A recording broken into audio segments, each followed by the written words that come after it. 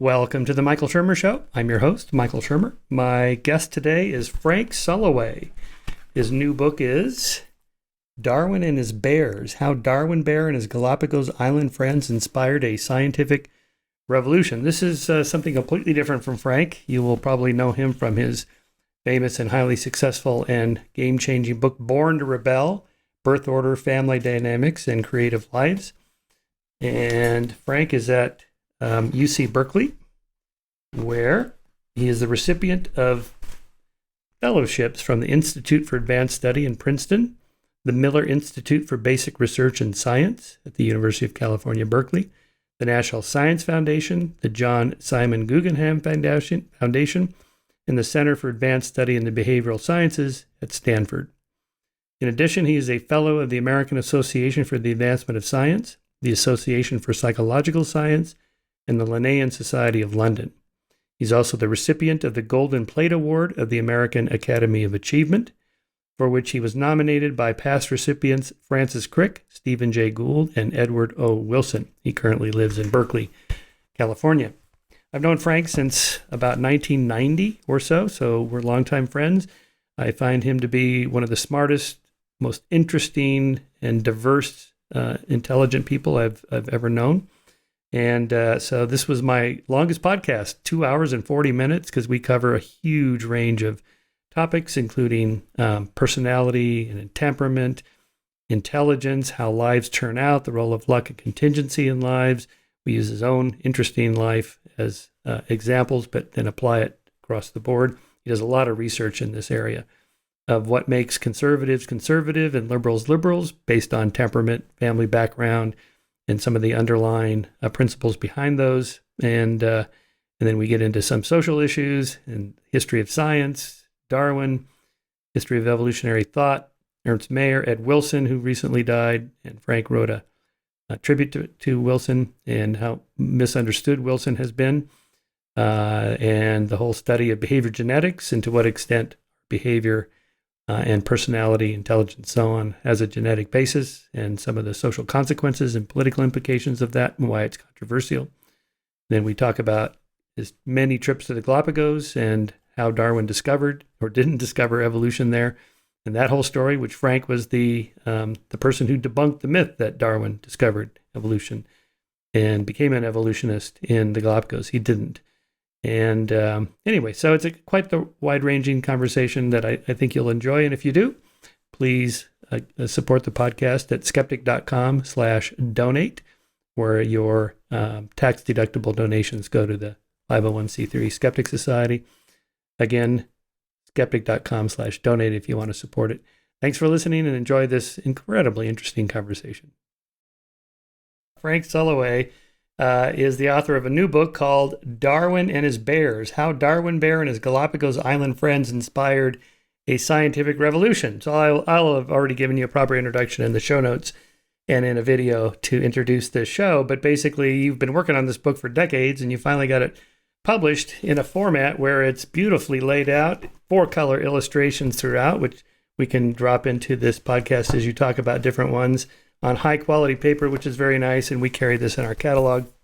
But I was thinking, Frank, before we get into all that, I was trying to remember when we met. I think it was before I started the Skeptics, 1990, I think, maybe right around 89, 90, because I was working on my doctoral dissertation on Alfred Russel Wallace, and I came across some paper by some guy named Sulloway that said something like Wallace had an 89.6% probability of accepting the theory of evolution. I thought, who comes up with a number like that?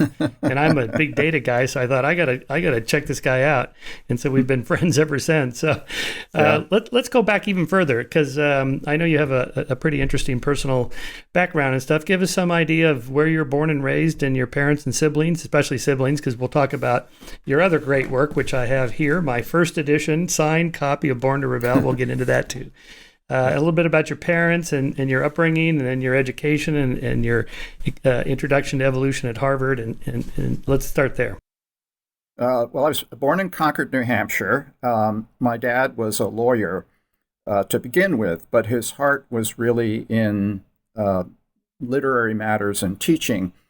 And he eventually quit the law and became a teacher at a private school, Moses Brown in Providence, Rhode Island. So I spent about half my early life growing up in Providence. My parents were divorced when I was young, and my mother was also very literary creature. She went then went to graduate school at Columbia University, got a PhD, and became a professor of English literature, specializing in Victorian literature. She wrote a book on Gerard Manley Hopkins and another book on Jane Austen. So my family background was very sort of oriented toward ideas and education. My dad ended up publishing 3 or 4 different books. One of which, ironically, was called Birth Control and Catholic Doctrine. And it was about the various sort of legalistic arguments that the Catholic Church made all the way back to Cardinal Bellarmine's time, Galileo's colleague, and then how that canon law had been dealt with in the birth control movement all the way up to the 20th century. And it had an introduction by Aldous Huxley. And when I was a freshman coming into Harvard, we were assigned 2 or 3 books we were supposed to read over the summer before the beginning of my freshman year. And to my astonishment, one of the reading assignments was either the entire book or a chapter from Birth Control and Catholic Doctrine by my dad. Oh my God. So anyway, and my dad went to Harvard. I was sort of a legacy. My grandfather on both sides went to Harvard. So it was sort of a natural thing that I would myself go to Harvard, and fortunately I got in. Aided, in fact, not just by the fact that I was a legacy, but I was a very good long-distance runner in high school. I was New England Prep School mile champion, and so that helped me a bit to get myself to Harvard University. And really, my entire career blossomed at Harvard. Already as an undergraduate, the sort of path got set by the fact that I took a course from Edward O. Wilson, who just recently died, and who in part inspired me to retrace Darwin's footsteps in South America and make a film about that. Yeah, that's amazing. Well, for anyone listening thinking, well, you got lucky, I guess maybe in a way you did, but you obviously have the intellectual hardware to achieve at Harvard and go even further based on your influences there.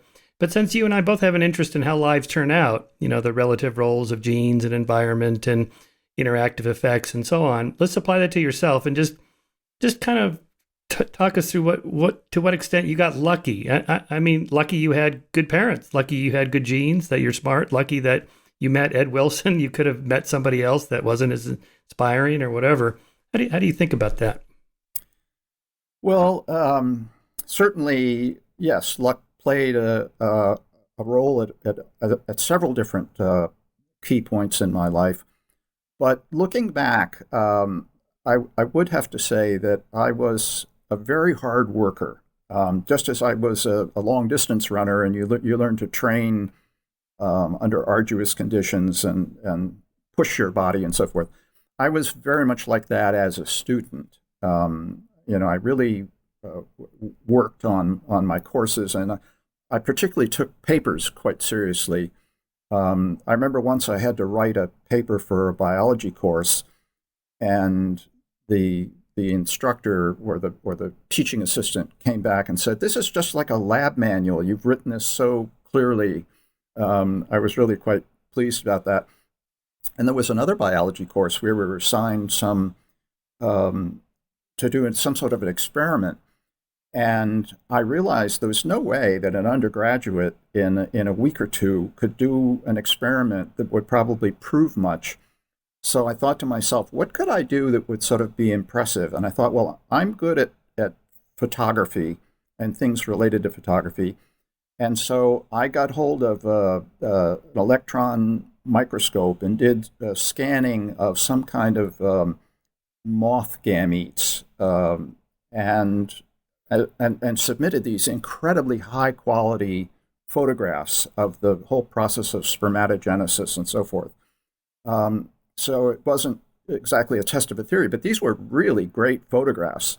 And, I described the process, so it was just like a scientific paper. And I think I got something like a B or a B plus on that paper.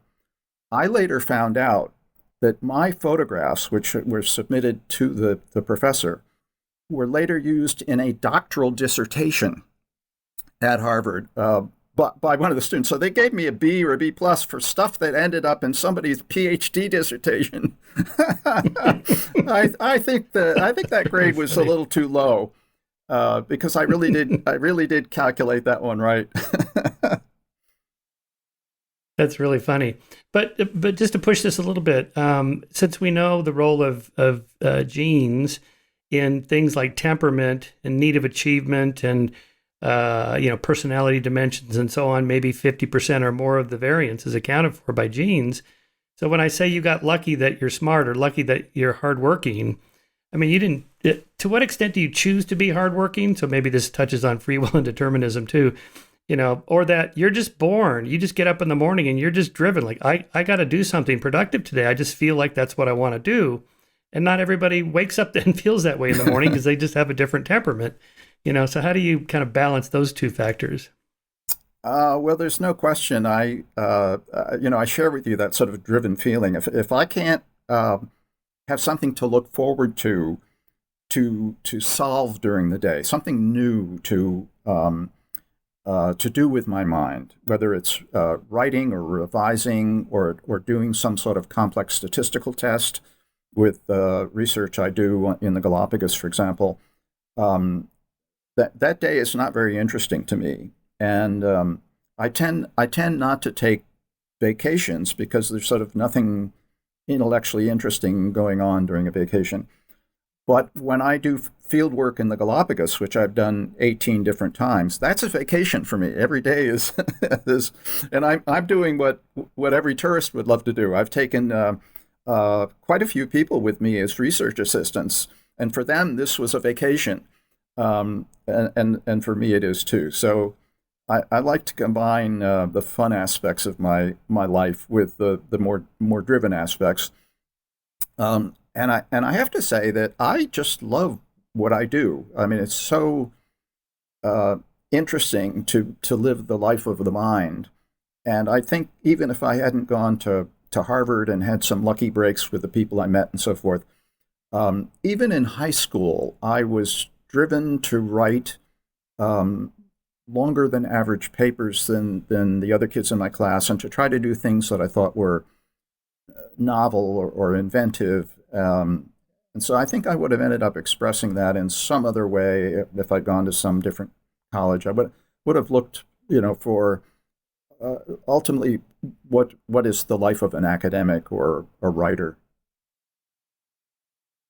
I still think there's an element of volition there, and in as much as you don't have to, when you get up in the morning and be driven, write a paper. You could just go run all day, or just work out, or whatever, and find less productive ways to kind of fulfill that need. You are making a choice at some point. I think all of us do at some point have some kind of choice in which direction we go, with our temperament pushing us, more or less. I think, yeah. And so, and let's distinguish that with your siblings, because you write about siblings in Born to Rebel and Birth Order. Tell us a little bit about your family background in that regard. Well, I was the third of four boys. My younger brother is a half brother, is about 9 years younger. So in some ways, I grew up as the youngest in the first group of sibs in my family. Both of my older siblings had no academic interests at all. The number two actually flunked out of a rather prestigious prep school, St. Paul's, and then eventually graduated from Moses Brown, where my dad taught. And one of the great ironies in his case is that he flunked out of St. Paul's because he didn't pass a French course. And I came from a tennis family. My father was national father and son tennis champion with my grandfather. And there was a great emphasis on tennis. And I played on my high school tennis team. And I only quit tennis to specialize in track when I was absolutely convinced I would never beat my elder brother. He was much more talented in tennis than I was. We played on the same team. And he went on to have a U.S. ranking, and eventually he moved to Europe. And he, most recently, has played on the Swiss national team, seniors team. And a few years back, they took third in the world. So Wow. I was going to have to be a hell of a good tennis player to beat my brother. And the irony is, since he moved to Europe, he had a succession of girlfriends in different countries. And he is now fluent in Schweizerdeutsch, French, and Italian, just to mention only 3 languages. And of course, it was French that he flunked in high school. So That's funny. there is a certain irony to the fact that my elder brother probably speaks French better than any teacher he ever had, including the one who flunked him. That's funny. Which makes you wonder whether something was lacking in the educational background. For example, since he didn't do well in French in high school, if they said, well, if you do really well in this French class, we'll allow you to go play tennis in Europe for the summer, he probably would study French really, really carefully, or did what he eventually did, was go out and get a French-speaking girlfriend and learn French that way. So my elder brother was very driven athletically, as I was, and coming from an athletic family, we admired the fact that my dad was a national champion.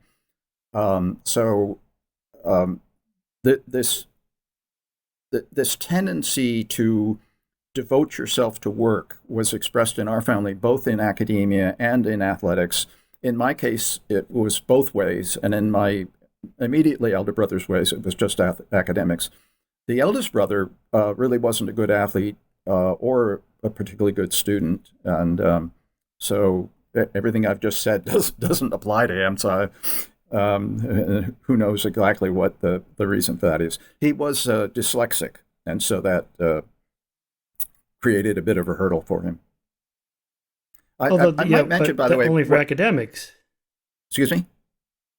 Oh, yeah. Only for academics, he could have been a professional athlete or something like that. Yeah, he wasn't particularly gifted with athletics. He did become an airplane pilot and worked for the North Carolina Air Patrol. He had a business, a kind of a marina business, repaired boats and so forth. He had an interesting and productive life. It just wasn't, academically oriented. Yeah, so that's interesting, because if we only heard the story about your parents and you're a highly successful academic and intellectual and author, you think, well, of course, he got that from his parents. Then you hear the story about your siblings, like, well, not of course, it's not inevitable. So there's something else, this kind of, non-shared environment, I guess you behavioral scientists call it, that maybe goes under the category of contingency or just unique life pathways. You happen to meet Ed Wilson, and that, for whatever reason, sparked an interest in you, and you went down that pathway, but it could have been some other way. So I don't know if that's luck or contingency or whatever. But I find that interesting to kind of deconstruct how lives turn out on those tiny little things. Yeah, indeed. This conversation reminds me of the fact that way back in the 2nd or 3rd grade, we used to be assigned spelling words, and we were asked to come in with a sentence with these new words to spell. And I used to come in with basically short stories that were woven together with all the different words. And I loved doing that, just the fun of making up some kind of a wacky story. I remember one had the title of something like "Hop Along, Giddy Up, and His Sidekick Something or Other." I mean, it's just, kind of nothing of any real intellectual merit other than the fact that the whole thing made consistent sense from first sentence to last sentence. I wasn't just trying to write a single sentence to these words. And my teacher was so impressed by this that she had me read these stories and recorded them.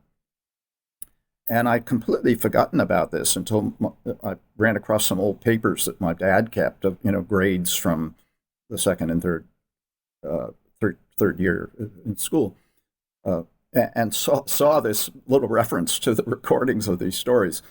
So, even back then, I loved being a storyteller, and I loved the joy that comes from doing something that entertains other people, where you get feedback and a reinforcement that you've done something, clever and different. And of course, that's what Darwin and His Bears is all about. It's a kind of a wacky story, but the joy of the story lies in the cleverness. And so I was doing that already back in the third grade. That's really funny. So when you started at Harvard, since Ed Wilson just died and you wrote a nice tribute for us in Skeptic, what was the intellectual climate like at Harvard? What year was that? That must have been late 60s, maybe 1970, something like that? Yeah, I started my freshman year, I think it was the fall of 1965, and I had a hard time my first semester. I remember writing a letter to my dad saying, I don't think I am ever going to get an A at Harvard. My first midterms came back as, B, maybe a C plus and something or other. There were no A's. And I was taking some pretty hard courses. I was taking something I think that was called Physics 12, and I took a calculus course. So I wasn't taking the easiest courses. And it was a bit of a shock, sort of competing with all of these other students. Now, I was a top-ranked student in my high school class. I think we had 55 kids, and I ranked anywhere between number 6 and number 3 in that class. But the competition at Harvard really, for me, was very daunting. Now, I got over that hurdle, so to speak, and I ended up graduating summa cum laude, which put me in the top 2% of my class. But boy, that first semester, I thought this is never going to work out. So again, I was a hard worker. I always studied as much as I could for exams, and I loved taking courses and doing well. But I don't think I knew people at Harvard who were much more gifted intellectually in the sense that they could do what I did with half the work because they were just sort of smarter. Their brains were more efficient. I ended up doing what I did by putting in long hours. That's right. Stephen Hawking talks about that at Oxford, where maybe it was Cambridge, where he did half the work as everybody else because he was just so smart. Then he'd study like the night before the final exams, where everybody else was working on it for months. Yeah. So that again, for me, I was still studying after the exam, trying to figure out the answer to things. Right. But I do so recall, in a way, I guess. Yeah, I do recall. Part of it is just kind of finding that balance. Yeah, go ahead. I do recall a couple of episodes at Harvard that made me feel, even though I didn't have the kind of Stephen Hawking brute smartness that makes you see things right away, my mind often worked in odd ways that other people's minds didn't work. And an example of that was I was taking a course in calculus, and in the final exam, everybody in the course failed one question. It was a really hard question, and as a result of failing that, I got I think a B on my final exam. And when we went back for the next semester, the instructor explained the answer to that question, and I thought to myself, I got that question right. I just did it in a very different way. What I had done was a so-called negative proof. They wanted a proof, and I couldn't figure out, and nobody else could, how to prove it. But I was able to show that everything else isn't the answer, and therefore, I have the answer. And so I went up to the instructor afterwards. I said, I'm convinced I got this right. Maybe a little unorthodox, and he read it over and he said, wow, you really did get this right. So my mind was often able to sort of see things in odd ways. I think in this case, the negative proof was a lot easier than the so-called positive proof. And I probably could never have solved the positive proof. But I tended to, my mind always tended to be looking at alternative things that many other people might have overlooked. Yeah. So you were more Popperian in your thinking. Let's try to falsify all the other options, and the one that's left standing is probably true. Yeah, I think that is kind of a different intellectual strategies people have to succeed. There is the, call it the Stephen Hawking approach, which is raw innate intelligence. But these other strategies you have, like, for example, when I was in my history of science program, doctoral program, we had to have 2 languages, and I'm terrible at foreign languages, just terrible. I could barely get through Spanish in high school, and that's a pretty easy language, particularly when you grow up in California. And so I had to learn French and German. And so I got out of German. I looked at German. I thought, there's no chance I'll ever learn this. These words are like this long. And much to my current wife's dismay, because she's German. But then I thought, so I talked him into waiving that, because I had a master's in research methodologies and statistics in experimental psych. And I said, statistics is the language of science. Oh, yeah, the language of science. Okay. All right. So then I said, let's make it for both of the language. No, you got to do French. Okay. So I tried to study French, and I wasn't very good at it. So I go, what is it I got to do? I said, you have to pass this translation test. You're going to get some passage from de Tocqueville's The Ancien Regime and the French Revolution, and you have to translate it. So I got the French version and an English version, and I sat there for days just kind of looking at each page, looking at the words, and trying to think, well, okay, if it's that page, could I figure out roughly what it's saying? And that's what I ended up doing. And I passed, although my professor came in and said, all right, Shermer, you passed. Barely. And I waited till the very end when I was pretty much ABD, and it's like, there's no way they're going to fail me at this point. So I think they just kind of went, yeah, all right, let's just kind of push this guy through. So I think of that as kind of a social intelligence or emotional intelligence that's also important for how lives turn out. Yes, indeed. It was very clever of you to figure out how to pass a course you basically weren't going to pass any other way. No. I remember I did something similar. We had oral exams for my PhD, and I remember thinking, the later I take the exam, the more impossible it is for them to flunk me. Because you've just been around so long, they're just not going to do it. And so I put mine off and off and off, and it worked perfectly. It was, in fact, that's funny. I came in more like a colleague than a student. I had one professor who was Iburn Cohen, who sort of loved to talk, and he was a great historian of science. And I thought to myself, if I come in for my oral exam and say to him, Professor Cohen, Isaac Newton had this thought in 1687. It's interesting. What do you think prompted that thought? And all I had to do is get him talking. So he went on for about 10 minutes. And then I said, well, now Leibniz had this idea. What do you think about that? And he bit on that. And after about 5 minutes, he said, wait a minute, who's giving the exam here? But by that time, 2/3 of the time had gone by. And he then asked me a few questions, but I basically out-psyched him by shortening the amount of time available for my oral exam. That's interesting. He was on your committee because he's one of the giants of history of science. And you've always kind of straddled history of science with actual science. And so let's go back to that and back to my original question before we got sidelined there.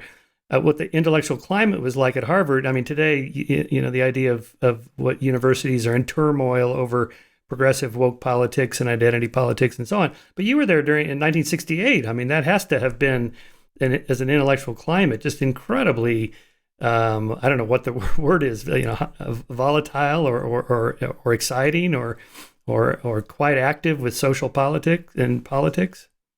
Yeah, I lived in an undergraduate dorm at Harvard that was called the Co-op House. It wasn't part of this sort of official Harvard house system. It was off campus, and it was for students who wanted to save some money and were willing to cook their own meals and shared various duties, cleaning up the place and so forth.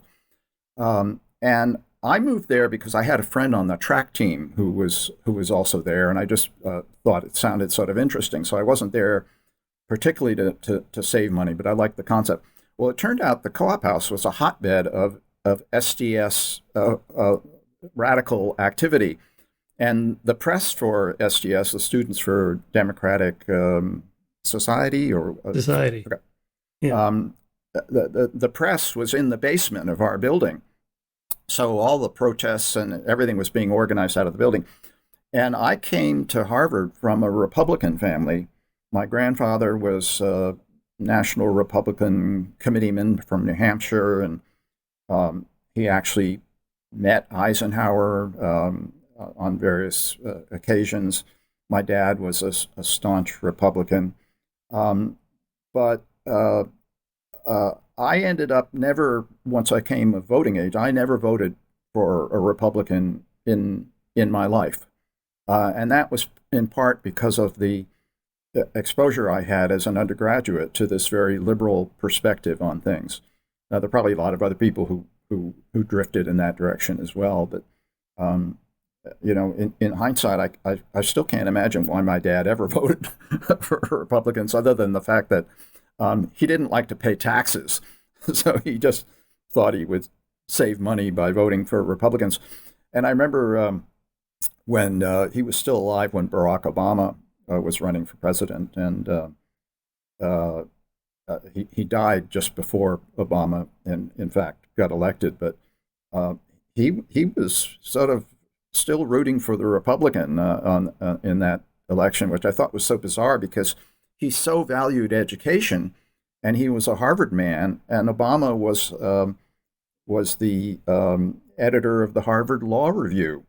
So you'd think, based on all of that, Obama would have been his man. So, but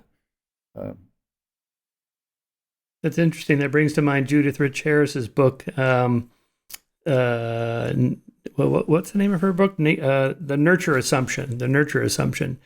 In which she argues that parents only make a difference for a while. By the time you're in early teens or so, peer group influence.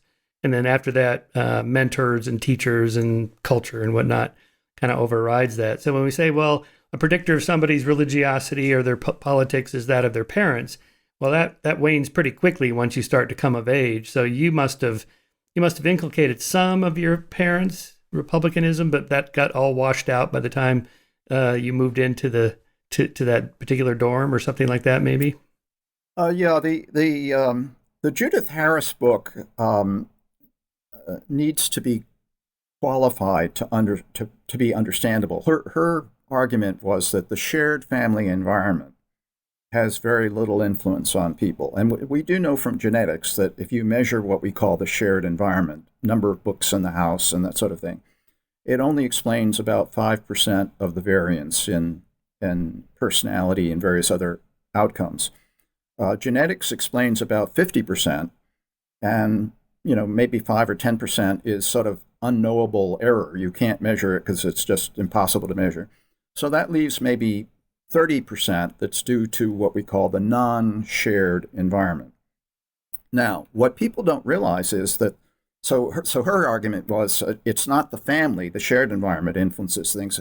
It's the peer group, which is your shared environment outside the family. But that leaves aside the fact that the family is not a shared environment.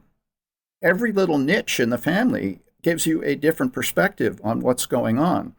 So you can grow up in a Republican family, and let's say your elder brother beats you every day, and so you ally yourself with the underdog, and you end up being a Democrat due to that shared, a kind of non-shared component of the shared family environment. And so it turns out that a great deal of personality is formed within the family, but that influence makes siblings different from one another rather than similar to one another, as each sibling tries to eke out its own little specialized niche in the family. So the family actually ends up having a considerable influence. And in Harris's book, it was sort of, well, let's just discount the family because it's a shared environment, and that overlooked the fact that most of what goes on in the family isn't shared at all. Yeah, I guess that's always been an assumption everyone just makes. Well, you were raised in the same home, so you must have been treated the same and acted the same. No, not at all. Of course, that's what you show in Born to Rebel, that that different siblings carve out different niches in a Darwinian model of competition for parental love and attention and resources and so on. Yeah. Yeah, that's interesting. Imagine now a case.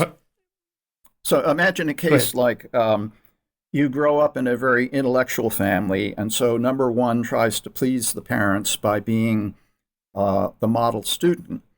But as in my case, one of your parents is also very athletic. Well, once number one has taken the academic niche, it becomes very tempting for number two to take the athletic niche and to diverge from number one, because you're never going to look as smart as a sibling that's 2 years older than you are. You're dumber by being 2 years dumber.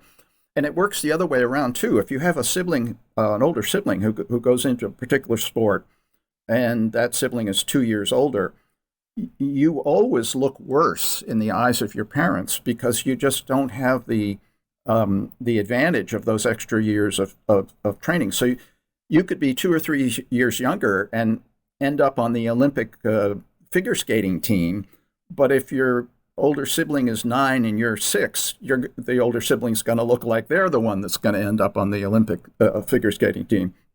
So again, there's an impetus to, in that case, don't try to compete with your elder sibling in figure skating. Find another sport, and if you find another sport at which you're good, it's much harder for the parents to evaluate who's better because there's not a common metric. And so that's what siblings do all the time. They diverge in order to minimize direct competition, which, as we know from Darwin's Origin of Species, is the so-called principle of divergence. It's silly to compete over the same resource. You minimize competition by diverging, and that's good for everybody. Right. So, and I guess it would be like economics. It's, limited resources that can go around. The parents have only so much time and energy and attention they can give.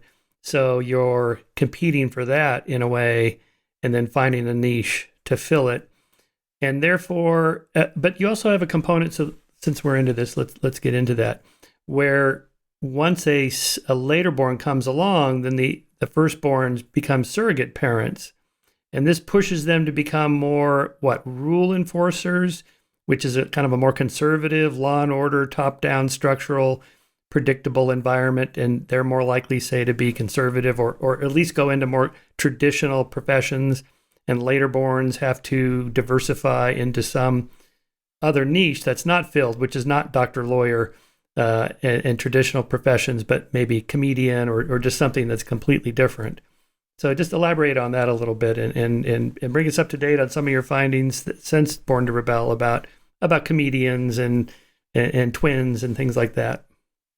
Well, you've given a rather a nice summary of the so-called firstborn niche, that of a surrogate parent. And it's a rather good niche to occupy because you get a lot of brownie points from parents by assisting with child rearing. I mean, child rearing is a heavy duty task, and to the extent that you, as an older sibling, can assist your parents, that gets rewarded. So it's a natural way to get some brownie points from parents. And in doing that, you're likely to sort of ally yourself with and think of yourself as a kind of a junior parent rather than an older offspring, and therefore to identify with parents. And by virtue of identifying with parents, also to identify with parental authority. And so you would expect firstborns to be more likely to adopt, say, their parents' religious views. We do know, actually, the literature on birth order and political views is somewhat mixed, but there's a very consistent pattern for younger siblings to be less religious than their older siblings. And that's a parental value that is pretty reinforced in families, that you would expect to follow the sort of basic pattern, and it does. And I do think also that younger siblings use they use certain kinds of strategies to deal with the fact that they have less power. They're in an underdog niche, and one of the strategies that is most successful, and it's sort of a mix or an overlap between a personality trait and a strategy. And I like to think of a lot of personality traits as basically the result of sibling strategies. And the trait I'm thinking of is humor. We often think of humor as an expression of extroversion. But humor is also a really clever strategy for dealing with people who are about to beat you up. For example, when you're bullied at school, one of the ways to get around that is to be funny and to diffuse the situation with humor. And so humor for younger siblings is not just a quest to be funny. It's also a strategy to deal with the fact that you can't get what you want by just taking it. And I'm doing a study now that involves this is one of the most interesting studies I've done, actually. I wanted to get a sample of real-world personalities, not these paper and pencil tests, which I think tend to minimize the kinds of differences we see from things like birth order. And I thought, well, how would you get a really interesting sample? And I thought, well, actors their personalities are well known to all of us. We go see their movies, and even though they play different roles, nobody's going to confuse Clint Eastwood, who plays tough guys, with Danny DeVito, who's a kind of a humorous character actor. And I hit on the strategy of using Google searches to ferret out personality terms for actors. So you can do a search using Google, for example, for tough guy Clint Eastwood, and you can repeat that search for anybody else you want to do, tough guy John Wayne, tough guy Danny DeVito, etc. I ended up in this project using about 200 key phrases like that, and I did it for all 3,000 actors ever nominated for an Academy Award from 1928 or 29 to the present. So it ended up being, with the help of a team of research assistants, including some high school research assistants, we ended up doing more than 2 million individual Google searches.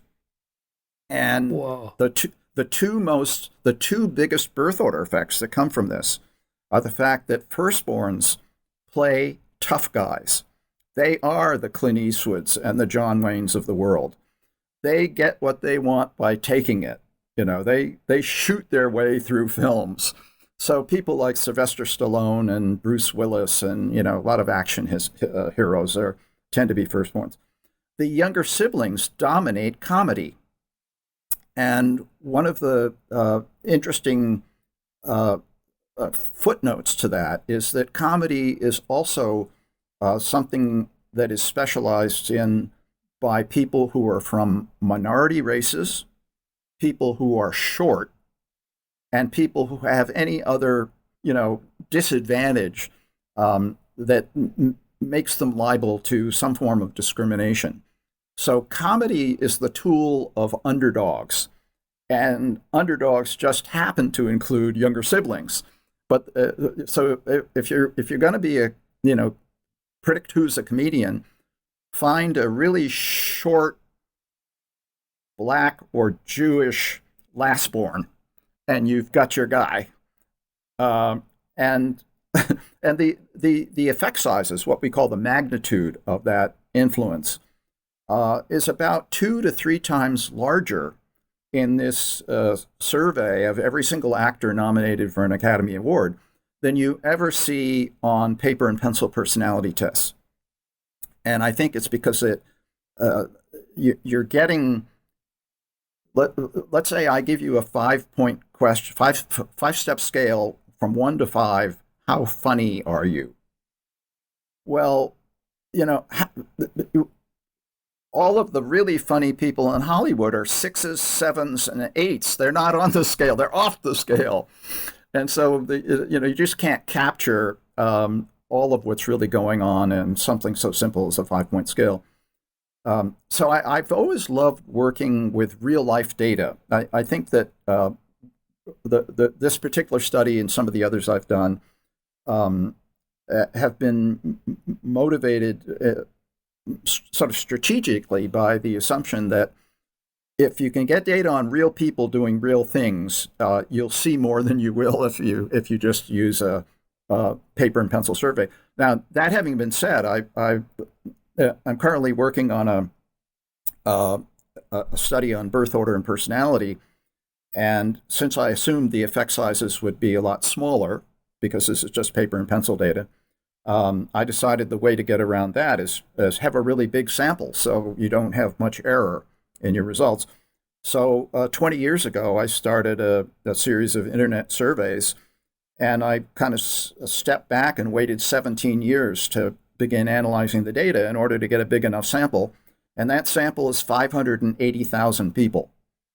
And that sample shows overwhelmingly, there was a question that I added to the so-called Big Five inventory. The study is co-authored by Oliver John, who's a specialist at UC Berkeley on the Big Five. And we added a question on extroversion to the survey because it didn't have a question about humor. And so we added a question, something like, is humorous, likes to tell jokes, or something like that. That question got the single largest effect size of all the 48 items in the study. In other words, I hit the jackpot by identifying something that was a little more fine-tuned to what it is birth order differences might measure. And I added another question to the survey, which was more like, can you pick out Clint Eastwood? It was, is aggressive, likes to push people around. So, for example, the questions on the Big Five for things like agreeableness are, is kind or is helpful. Those are pretty vague things, but is aggressive, likes to push people around. That's pretty specific about something that, tough guys do. And that got the second biggest effect size in the entire study. So by tailoring the questions a little more sharply toward strategies rather than just broad generalized traits, we picked up a lot of information that is normally being missed. In any event, it turns out this internet survey completely confirms what we see in the actors. It's just the actors show us all of this writ large on the silver screen in even more impressive form than we see on paper and pencil tests. Yeah, I like that because part of the replication crisis in the social sciences was in part driven by restricting your databases to undergraduates at elite colleges in which you have an N of 25 or 50 or something like that going out into the real world certainly makes a difference. Now, just to be clear, for people that don't do social science, you're talking about here on average in large aggregate data sets. So somebody who thinks of, well, I can think of a tall comedian or a short, tough guy a short, tough guy who's later born. So the exceptions are not what we're talking about here. It's on average. So maybe you have something like 2 overlapping bell curves where the means are quite different, although there's a little bit of overlap there, so you can find exceptions to the rules. You're talking about general rules here. Yes, very well said. And after all, human behavior is remarkably complex, and the sources of human behavior are remarkably complex. Half the variance we know is due to genetic endowment. So the environmental influences don't even have 100% of what we see to influence. They only have a smaller portion. And so if you can find any influence on behavior that explains more than 1 or 2% of the variance, you've hit the jackpot, because nothing else explains more than 1 or 2% of the variance. Just like no single gene explains more than 1 or 2% of the variance. So, in fact, the kinds of effects that we're able to measure in studies like my actor study or on the internet using personality surveys, although they're modest and so forth, they're about the size you would expect them to be if behavior is determined by a lot of different things. It's actually impressive we can show there's anything going on. Just to give a yardstick, the average correlation in our study between between gender and personality is about a correlation of 0.08. That means that gender explains less than 1% of the variance in personality. Well, can that be? And let me add that gender is the single largest known source of differences in personality. So that's the home run. That's the grand slam. Is that finding something that explains 1% of the variance. And gender has a double whammy effect, because part of the influence of gender is environmental, and then part of it is genetic. And with things like birth order, you only have the environmental side. So, the world of personality psychology is the world of small effects. That's why I spent 17 years collecting data on 580,000 people, because when you have a sample that big, you can show that tiny little influences are there. And tiny little influences, if you add them up, so we have 48 different items in our survey. Well, 48 tiny effects are not tiny. They add up, and they become very predictive in the same way that a baseball player's chances of hitting a home run at one at bat is pretty damn small. But we can distinguish the best batters from the worst batters after a 161 game season by their overall stats, their batting average, their home run total, and so forth. One of the interesting papers that was published on the magnitude of effects in psychology that we see in research involves baseball players, and it involves the paradox that the salary of the worst player in baseball, which is about $250,000, the difference between that and the salary of the highest paid baseball player, which is maybe $20 million a year or something like that, amounts to a correlation of 0.07. When squared explains 1% of the variance. So 99% of the variance in salaries is not explained by salary, so to speak. So how is that possible? And the answer is that little difference over 161 games translates into the guy who hits 60 home runs versus the guy who hits 10, and the guy who drives in 500 runs versus the guy who drives in maybe 30. And that leads to the difference in whether your team wins 90 of its 161 games versus 70 and goes to the World Series. So everything, people don't realize that very, very small effects that accumulate historically can end up having really substantial influences on people's lives. And so that's kind of a fun challenge for us in the field of psychology, that we can document very, very small influences and then turn around and say that small influence accumulated over a 10 or 20-year period resulted in a really big difference in that person's life. And a good example would be a kid in high school who's picked on, and let's take our short later born Jewish kid who gets picked on and learns to develop a repertoire of jokes. And by the time the kid is 15 or 16, he's a budding comic, and he ends up getting paid millions of dollars for the talent that he perfected in childhood, and got better and better at. So yeah, at age 10 on my 5-step scale, maybe he was a 5, and you wouldn't differentiate that much from somebody else who had a 4. But 20 years later, after perfecting that ability, they are in essence off the charts in that talent. Interesting. It's like a Moneyball analysis of behavior. And yeah. In that example, if you have one player that you have 10 at bats and one player gets 3 hits and the other player gets 4 hits, it's barely noticeable. But if you do that over hundreds and hundreds of at bats in the course of a 161 game season, the 300 hitter is like going to have his contract renewed and he's really great. But the 400 hitter is the best player who ever played, because the last person to hit 400 was Ted Williams in 1941. So that's a pretty big difference between being, one of the best on the team versus the best ever played, right? Just that tiny little difference there. And I think I could see how that would affect a life over the long term. So let's think about the big 5. Those not familiar with it, the acronym OCEAN: openness to experience, conscientiousness, extroversion, agreeableness, and neuroticism. So I'm guessing a comedian is probably high on extroversion. I don't know about agreeableness, maybe a little off. Neuroticism, they have to be a little quirky, maybe.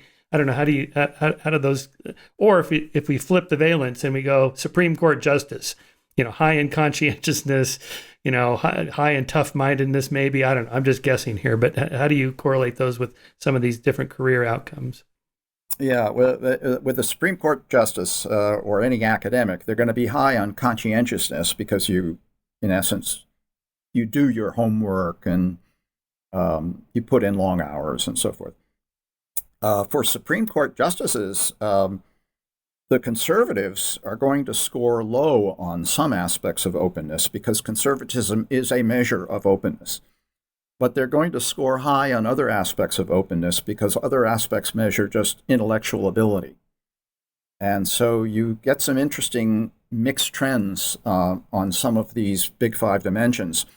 And that's led to the realization that by blending together all the questions on a single dimension, you lose information. That there is information that is even available at the item level.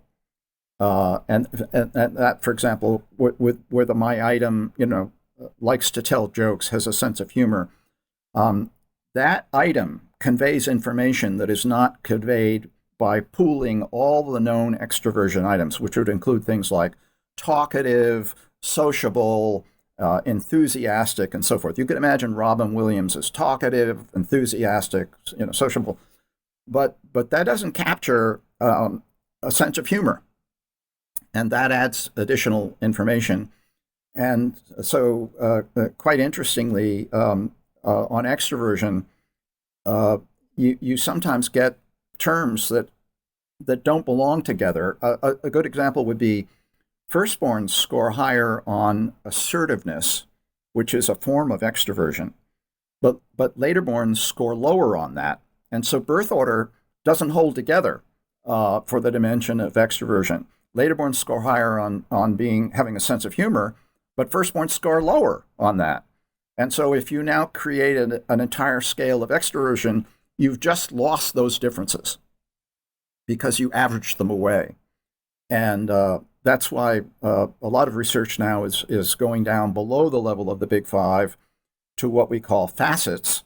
But even at the level of facets, which might combine something like is talkative and maybe, or is sociable, is enthusiastic, even below that level, there's information available or obtained by individual questions that gets lost when you try to average that together. So believe it or not, the answers to individual questions are themselves heritable. There's actually a genetic disposition below the level of the big five and below the level of sort of generalized facets of the big five for even individual questions, how you answer an individual question. So human behavior is damn complex. You mean, so for example, if identical twins took the big five personality dimensions, they'd have a high correlation between not just the big five dimensions, but each of the questions themselves. You could tease apart to what extent the variance is accounted for in twins versus, say, identical twins reared apart or siblings reared together and so on. And that's how you can get that kind of analysis? Yes, exactly. And that is how they determine whether something has a genetic basis to it. There are different ways you can do it, but one of the most straightforward methods is to measure identical twins reared apart. And unlike, say, siblings reared apart, the identical twins share a common response not only to big five dimensions, but facets, and even down to the level of a question, a particular question. Yeah. Yeah, one of the aspects of your book, the Born to Rebel book, and was that to some people it gave a sense that it's better to be a later born than a firstborn, because even the examples you just gave, well, the firstborn, they like to pick on people or they're bullies or whatever. But of course, that's only one aspect of it, right? I mean, if you want a good Supreme Court justice, you want somebody that's conscientious and a law and order kind of person who's conservative and cautious about tossing laws that were hard won over decades or centuries, and don't make change willy-nilly without. That's kind of that Burkean conservatism. There's a value to that. So how do you think about, well, I don't know if you've experienced that as a criticism of your work, but that kind of moral assessment of personality dimensions, and I'm guessing you'd probably agree we can't really assess them morally. It's just the way people are, and sometimes it's good, sometimes it's bad to be those different personality dimensions. Yeah, I think that every personality trait, to the extent that it arose environmentally as a strategy, is adaptive in some way or other. So, for example, let's take Clint Eastwood, who is a real tough guy, not only in the movies, but in real life. What did that get him? And the answer is hundreds of millions of dollars. He can deliver a line in a certain tone of voice, such as "make my day." Those three words that convey, you believe that when you hear it from Clint Eastwood. He has perfected the tone of voice that captures and is the essence of the toughness that he has perfected in his persona. Now take a guy like Tom Hanks, who, if Tom Hanks points a gun at you and says "make my day," nobody's going to believe it. He's one of the best liked actors in Hollywood, like Will Smith. And in my actor study, in fact, laterborns are much more likable than firstborns. So people like to go to the movies to watch Clint Eastwood, but they don't exactly view him as likable in the sense that they would Tom Hanks. I'd like to go out and have a beer with Tom Hanks or with Will Smith. They like to go to see Clint Eastwood in a movie, but that's not the same thing as maybe wanting to share a beer with him. Now, in both cases, the likable ones have perfected the roles that they then adopt in movies, and they get paid for it, and the less likable bullies end up starring in the tough guy roles, and they make money. So I view that as a kind of a paradigm for virtually every known trait. You can think of advantages and disadvantages to every known trait. Take something like shyness. If you're shy, you're probably not going to volunteer for the armed forces, assuming you didn't get drafted. And so you're probably not going to get killed in a war. But on the other hand, if you're really shy, you limit your exploration and you inhibit your curiosity, and you might miss something that you would discover if you had a bolder temperament. And we see this in animal species. They measure boldness and shyness, for example, in fish, in stickleback fish. And each opposing alternative gets selected against. You don't want to be too bold, because then you end up in the mouth of another fish, but you don't want to be too shy, because then you miss goodies in some little cavern that you didn't go into because you didn't want to get eaten.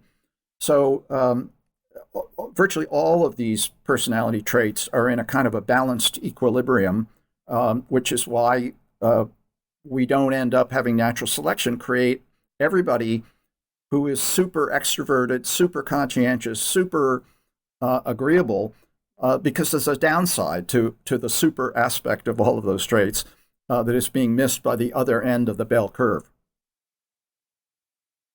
Yeah, interesting. It's like how nervous or anxious or tense do you want to be? Well, you don't want to be zero because you're just asleep. And you don't want to be so ramped up that you can hardly function, right? So it's that upside down U curve, somewhere in the middle. Let me come at this a slightly different way. I had Kevin Dutton on the podcast. He's done research on psychopathy, and we think of psychopathy as a really bad thing. These are the psychopathic killers, the Charles Mansons, whatever. But in fact, he has a book on the positive side of psychopathy. That is, there's certain traits that are good to have for certain professions. Not the violence, aggression, but just kind of assertiveness and being, really just not risk averse, low risk averse, just willing to do things and you don't care what other people think, right?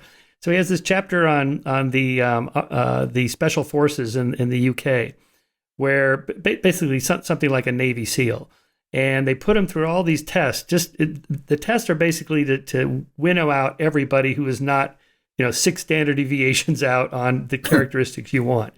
And the last test is, they got this guy down on the ground, he's blindfolded, and he's been roughed up, and he doesn't know quite what's going on, and they fire up this big truck engine, like 10 feet away from him, like they're going to drive this truck up to him, and then they take this big tire and they roll it right up to his head. And if this guy doesn't flinch, that's the guy we want. We want this badass motherfucker that's going to go over there and do this nasty job that no one else wants to do in this foreign country or whatever you have to do, right? Because there's bad people in the world, and we want that guy, right? And so, and in some ways, so now I'm going to transition slightly different, because you did that study with John Jost on conservatives. Why do people, I forget what the title was, why do people vote Republican, or why are people conservatives? Almost as if it was, why do people get cancer? Why do people have this disease? It was kind of, my sense was you're treating conservatism as this really kind of negative thing. This is before Trump, so it'd be much more sellable now, I think. But if you think about like Burkean conservatism, or maybe someone like a John McCain, who's kind of or maybe today a Liz Cheney, someone who's just to the right of center. You want these kind of people that are going to balance the crazies on the left. So in a republic, we have something like most of politics is played between the 240-yard lines, and you need somebody on that side that has those personality characteristics, that's cautious, that likes a structured society, a top-down government, law and order, police, military. We want all that. Now, we don't want too much, but we need some to counter the defund the police people, to use a current example, so things don't get too crazy. Anyway, your comments on that? Yeah, I mean, I think you're absolutely right. Even though I'm liberal, I I mourn the days when the Republican Party had a lot of moderates that were there to sort of balance everything out. There are moderates in the Republican Party now. They're all hiding from the Trump mob, right? Because they're gutless and have no courage, and they don't think they get reelected. Yeah, except for Liz Cheney and Kitzinger. And it's surprising that there aren't a lot more with courage. Well, there are a lot more. They all retired and then announced that they disagreed with Trump, or their former elected officials who think Trump is crazy.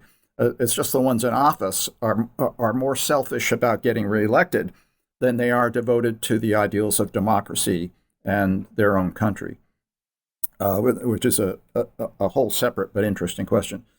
So yeah, what you really want on something like the Supreme Court is a very finely balanced mix between moderate liberals and moderate conservatives. And if you have extremists on the court, as we now do on the right side, you can predict the outcome of the case before it even gets decided, and that's not judicial rationality. That's just preordaining the outcome of the court. And so the best functioning court is always a court where you've got a lot of people at the center, and they can really fine-tune decisions in a rational way rather than a knee-jerk way. Yeah, I think that's right. And that brings up this question. How is it possible that if I know your position on abortion, I probably know your position on gun control, immigration, foreign policy, taxation rates, healthcare, and so on? Why do these things tie together so much? Well, there are a series of underlying principles, some of them physiological and genetic, that unify these responses. There have been studies showing, for example, that people who have a conservative viewpoint can actually be identified using MRI data based on internal structures of the brain, such as, I'm not sure if I've got this quite right, but the size of the amygdala and so forth. Because part of what underlies conservatism is a dislike of uncertainty. Now, things like the amygdala regulate how much uncertainty you're willing to tolerate in your life. And so people who are willing to tolerate more uncertainty are more open to, meeting someone from a different race or trusting someone from a different race, being less xenophobic. Because at any time you open the door to things you don't know about, and you're friendly toward others who may pose a danger, you're running a risk in the service of your openness. And so a tolerance of uncertainty is a very important predictor, and it unifies a lot of different issues that we would describe under the label of conservatism. So in this meta-analysis that I published with John Jost and other co-authors back in 2003, I think, we identified half a dozen of these sort of unifying principles, and one of the most important was tolerance of uncertainty. Right. So, but just to take the counterposition again, back to that kind of moral valence to it, other people from other groups historically, and I mean like an evolutionary history perspective, can be threatening, can be dangerous. It's maybe good to be a little xenophobic. Jared Diamond tells this story about when he first started going to Papua New Guinea to do birding, do his ornithology research. and he's hiking down a single track trail with one of his Papua New Guinean guides, and they see some stranger, and Jared's like, "Oh, let's go meet this guy," and his guide is like, "No, no, no, we don't do that here. You don't just go, 'Hey, hi, partner,' this guy might kill you, right?" So there's an evolutionary component to being cautious that way, not too much, but just maybe. I think Jared calls it constructive paranoia, which he uses in the context of spending the night in the Papua New Guinean forest, where he tells a story about, well, let's just put our tents over here, and his guide says, no, that tree is dead, it may fall on us. He's like, what are the chances of this happening tonight? And then he does the calculations. Well, pretty much every night you hear a tree fall.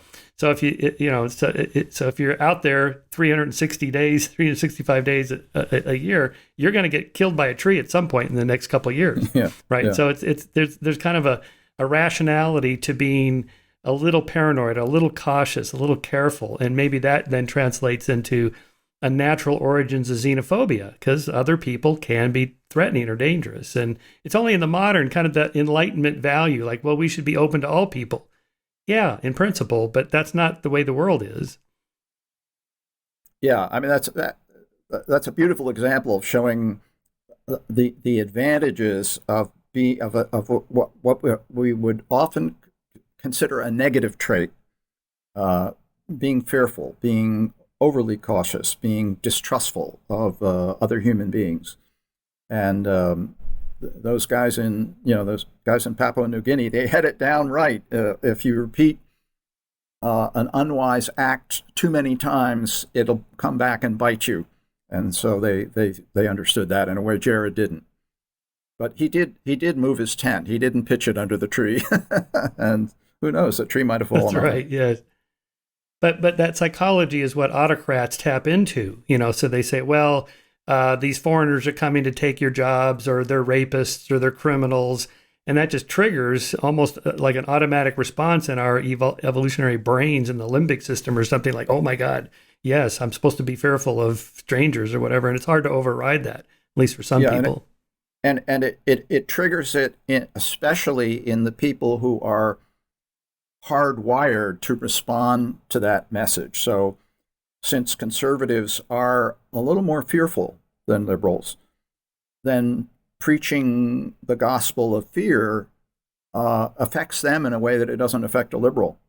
And that's where we are in the world of Trump now, the world of hatred and fears of America being taken over by hordes of, who knows, black people, or people who are not like you and me, and it's an unfortunate aspect of human nature that politicians can take advantage of, particularly unscrupulous politicians. Mm-hmm. Hard to believe that someone can still have that kind of influence in the well into the 21st century, given all we've learned in the last 2 centuries with the Enlightenment program of expanding those moral spheres to include more people.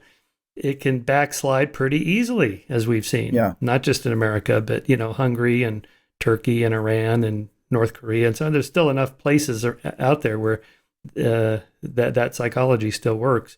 I mean, it's almost like the kind of genocidal narrative of dehumanization. They're vermin, they're disease, they're cockroaches, they're rats. I mean, it's almost programmatic. Like they took a course on how to dehumanize other people based on an evolutionary model of the kinds of things that we evolved to be afraid of. That the emotion of disgust, of bodily fluids and feces and things like that. You have only just to replace the word with this person's name or that race or whatever, and or ethnicity, and it's like the brain just gets tricked into it. Yeah, it's very, very powerful stuff. You mentioned disgust, which is one of the emotions that is really liable to misuse or putting into the service of political aims that many of us would condemn. But it's a very powerful technique, and we're hardwired. Those disgust emotions have been very useful to us in the past, so we pay attention to them. And unfortunately, sometimes we get tricked by them.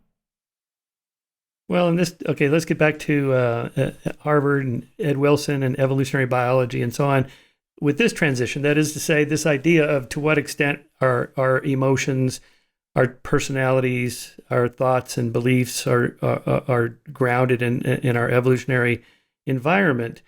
That's not a new idea, of course. And Ed Wilson famously got a pitcher of, or a cup of water dumped on him for even suggesting that. And as you know, after he died, Scientific American runs this absurd article about, dealing with the legacy of Ed Wilson's racist attitudes and race science and so on.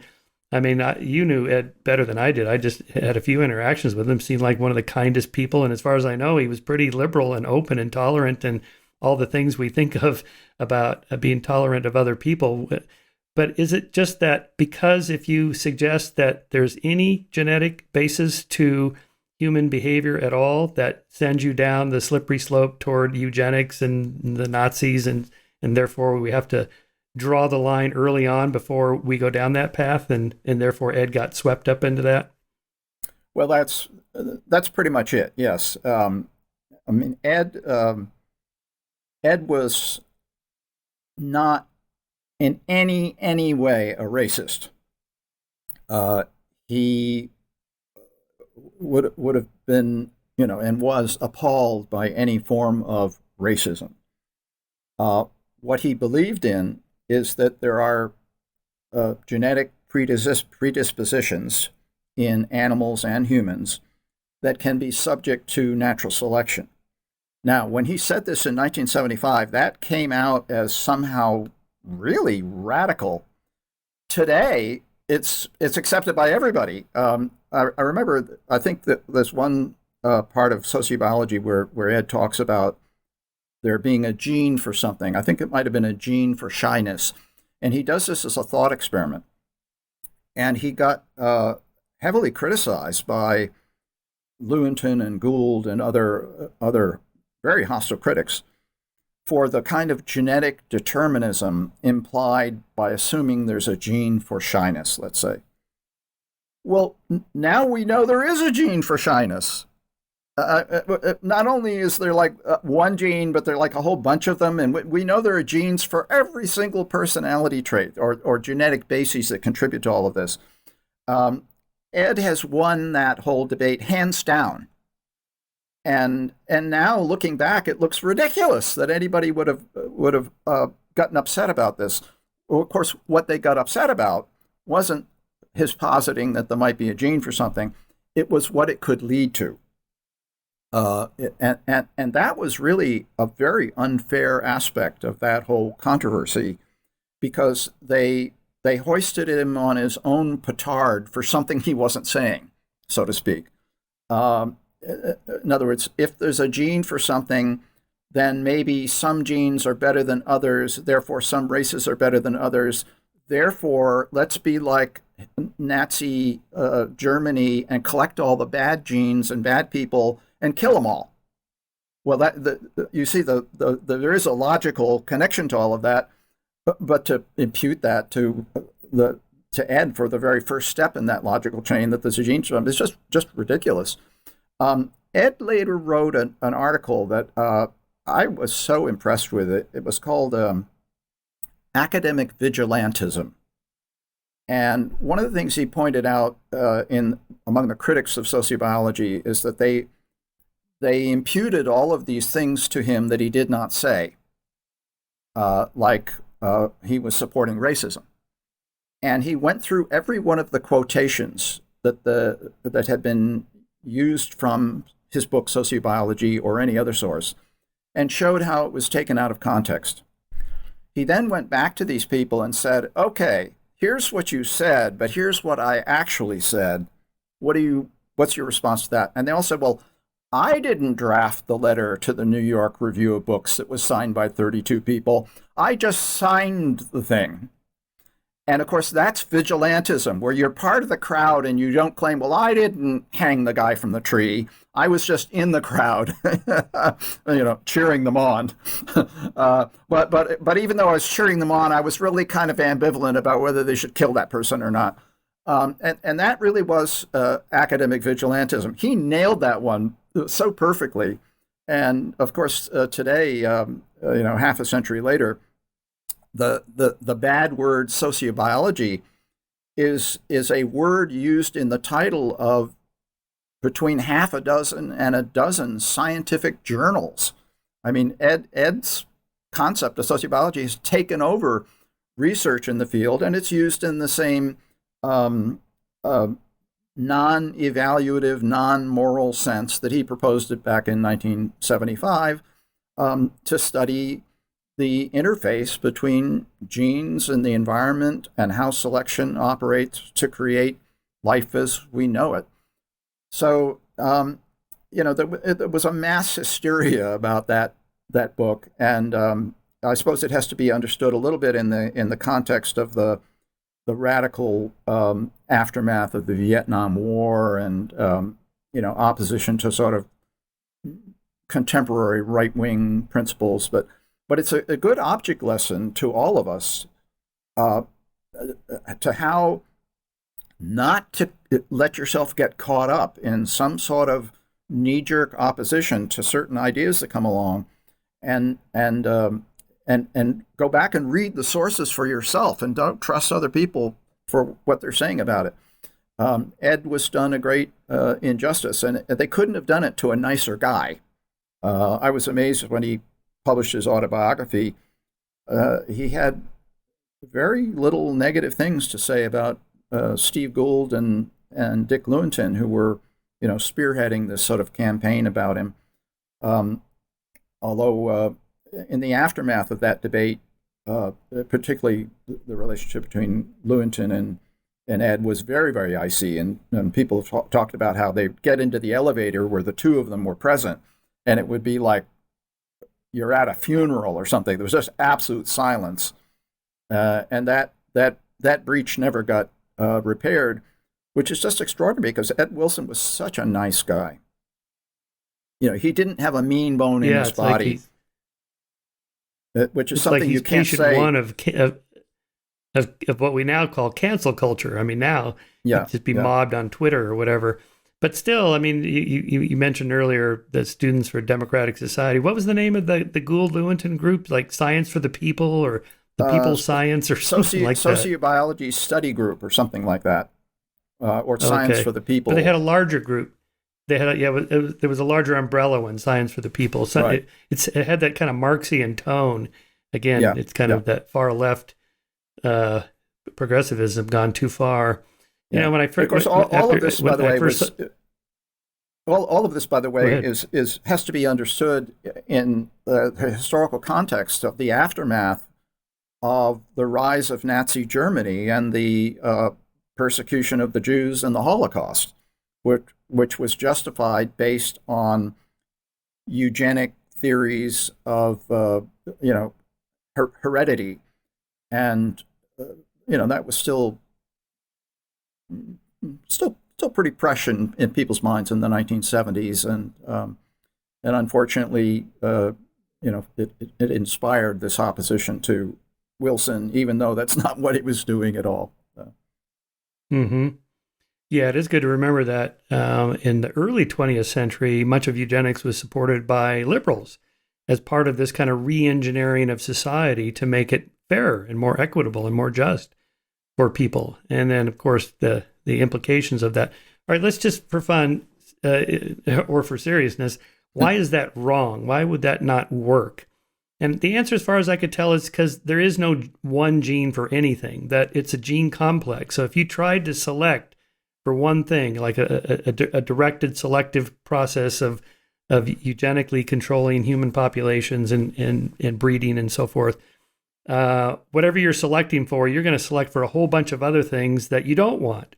And so actually the natural diversity, like for example, intelligence, it looks like there's thousands of genes involved in influencing where you end up on the intelligence scale. So if you think, well, we're just going to breed the smart people or whatever, you're going to get a whole bunch of other stuff that maybe you don't want. And so that kind of controlled eugenics program couldn't work anyway, unlike, let's say, breeding for big cows or cows that generate more milk or whatever, something simpler like that. That can't work for diverse human populations for a complex trait like personality dimensions or intelligence or something like that. Well, absolutely. But I would take a step backwards and say, look, we are doing eugenics right now. And there's a difference between what is sometimes referred to as sort of positive eugenics and negative eugenics. Positive eugenics is where you fix some kind of a gene that's having a bad effect. And if you fix it, everybody would say, great work. You've solved some kind of a medical problem.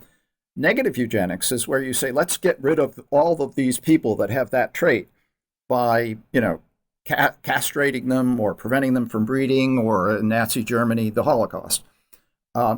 We are doing positive eugenics now. Take the recent discovery that you can manipulate the sickle cell gene to eliminate that problem. Sickle cell gene is an interesting case of a gene that evolved in Africa because it conveys a benefit, which is immunity to malaria.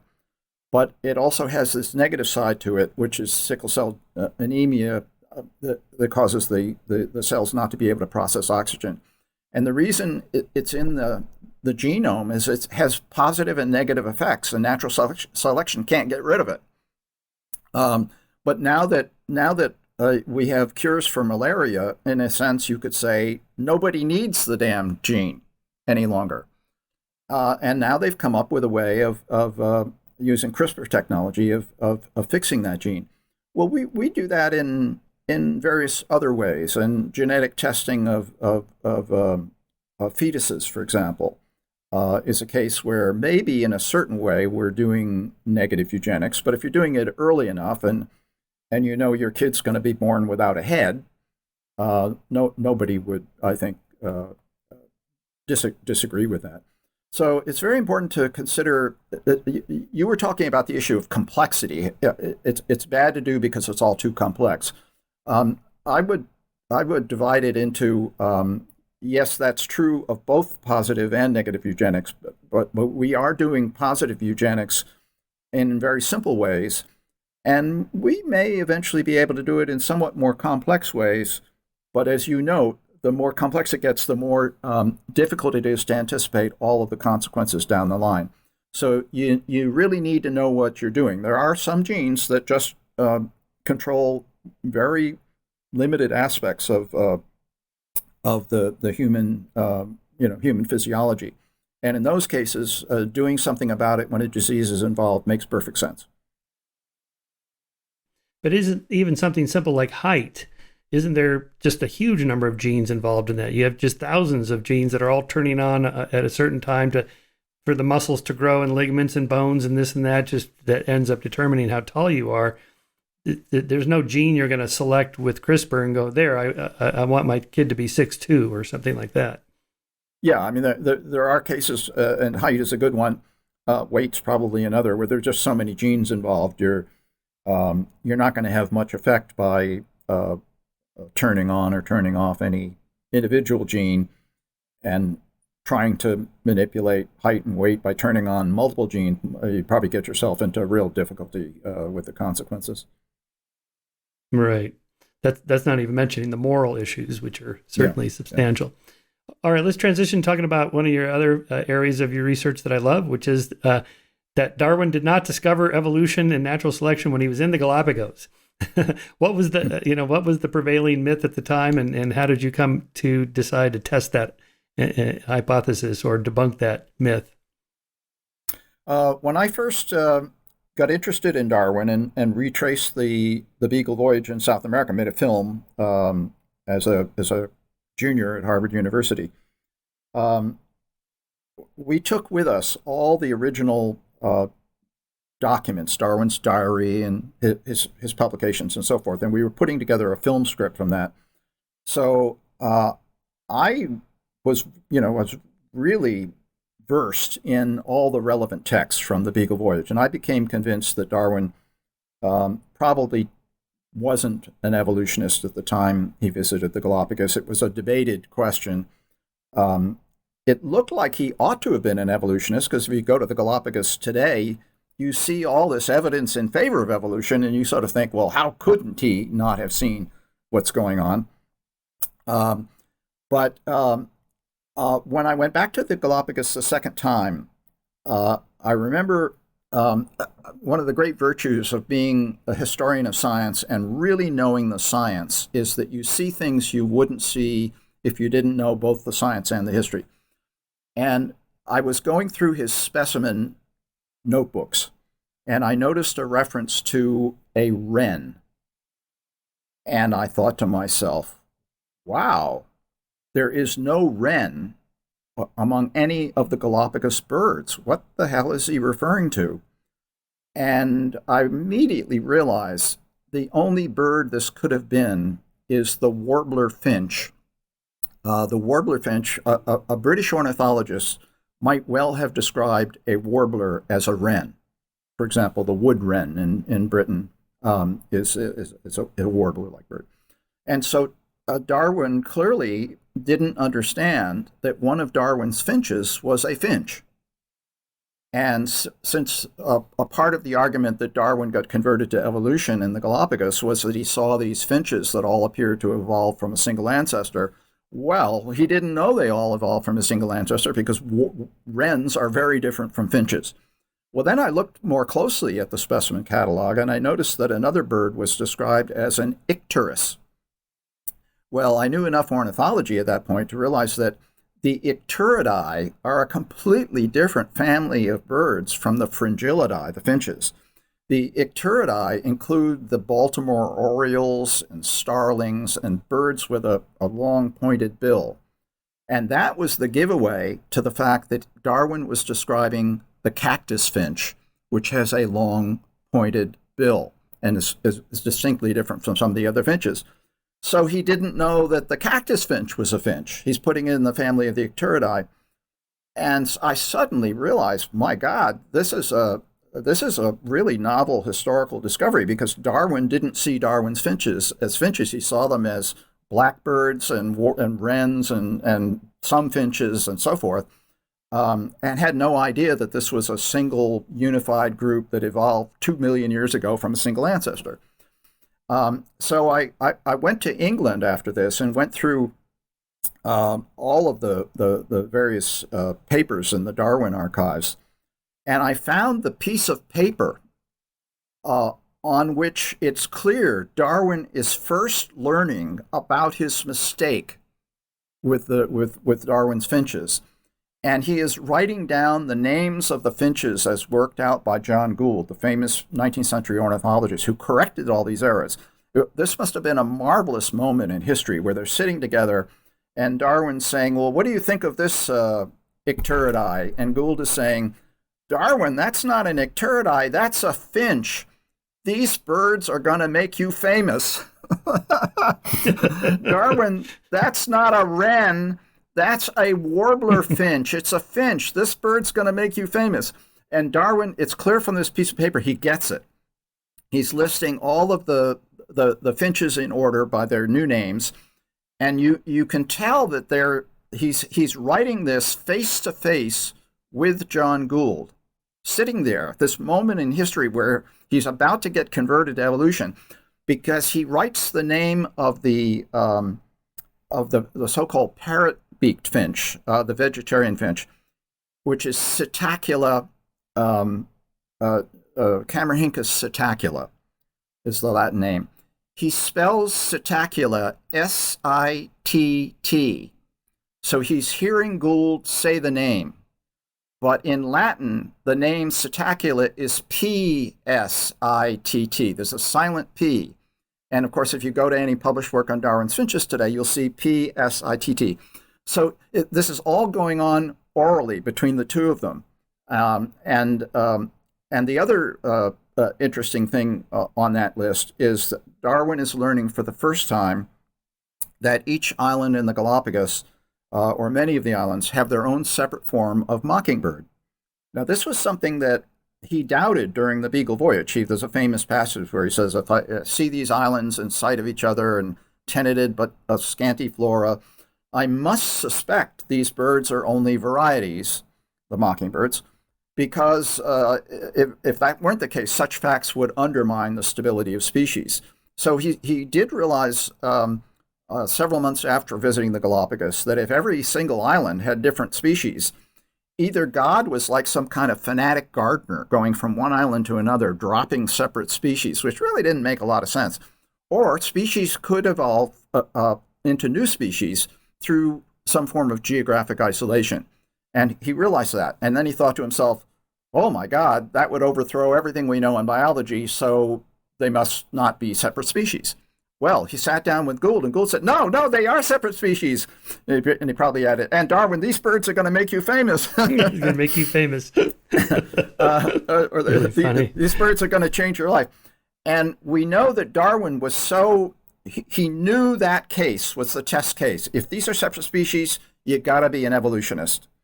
If they're not, then you don't have to be an evolutionist. And so this is such a momentous thing. You're going to wonder, well, is this guy right? Is John Gould right? And we know that Darwin was so concerned about whether Gould was right that he asked them the following question, which is later published in the Zoology of the Voyage of the Beagle. He said, are you certain about this?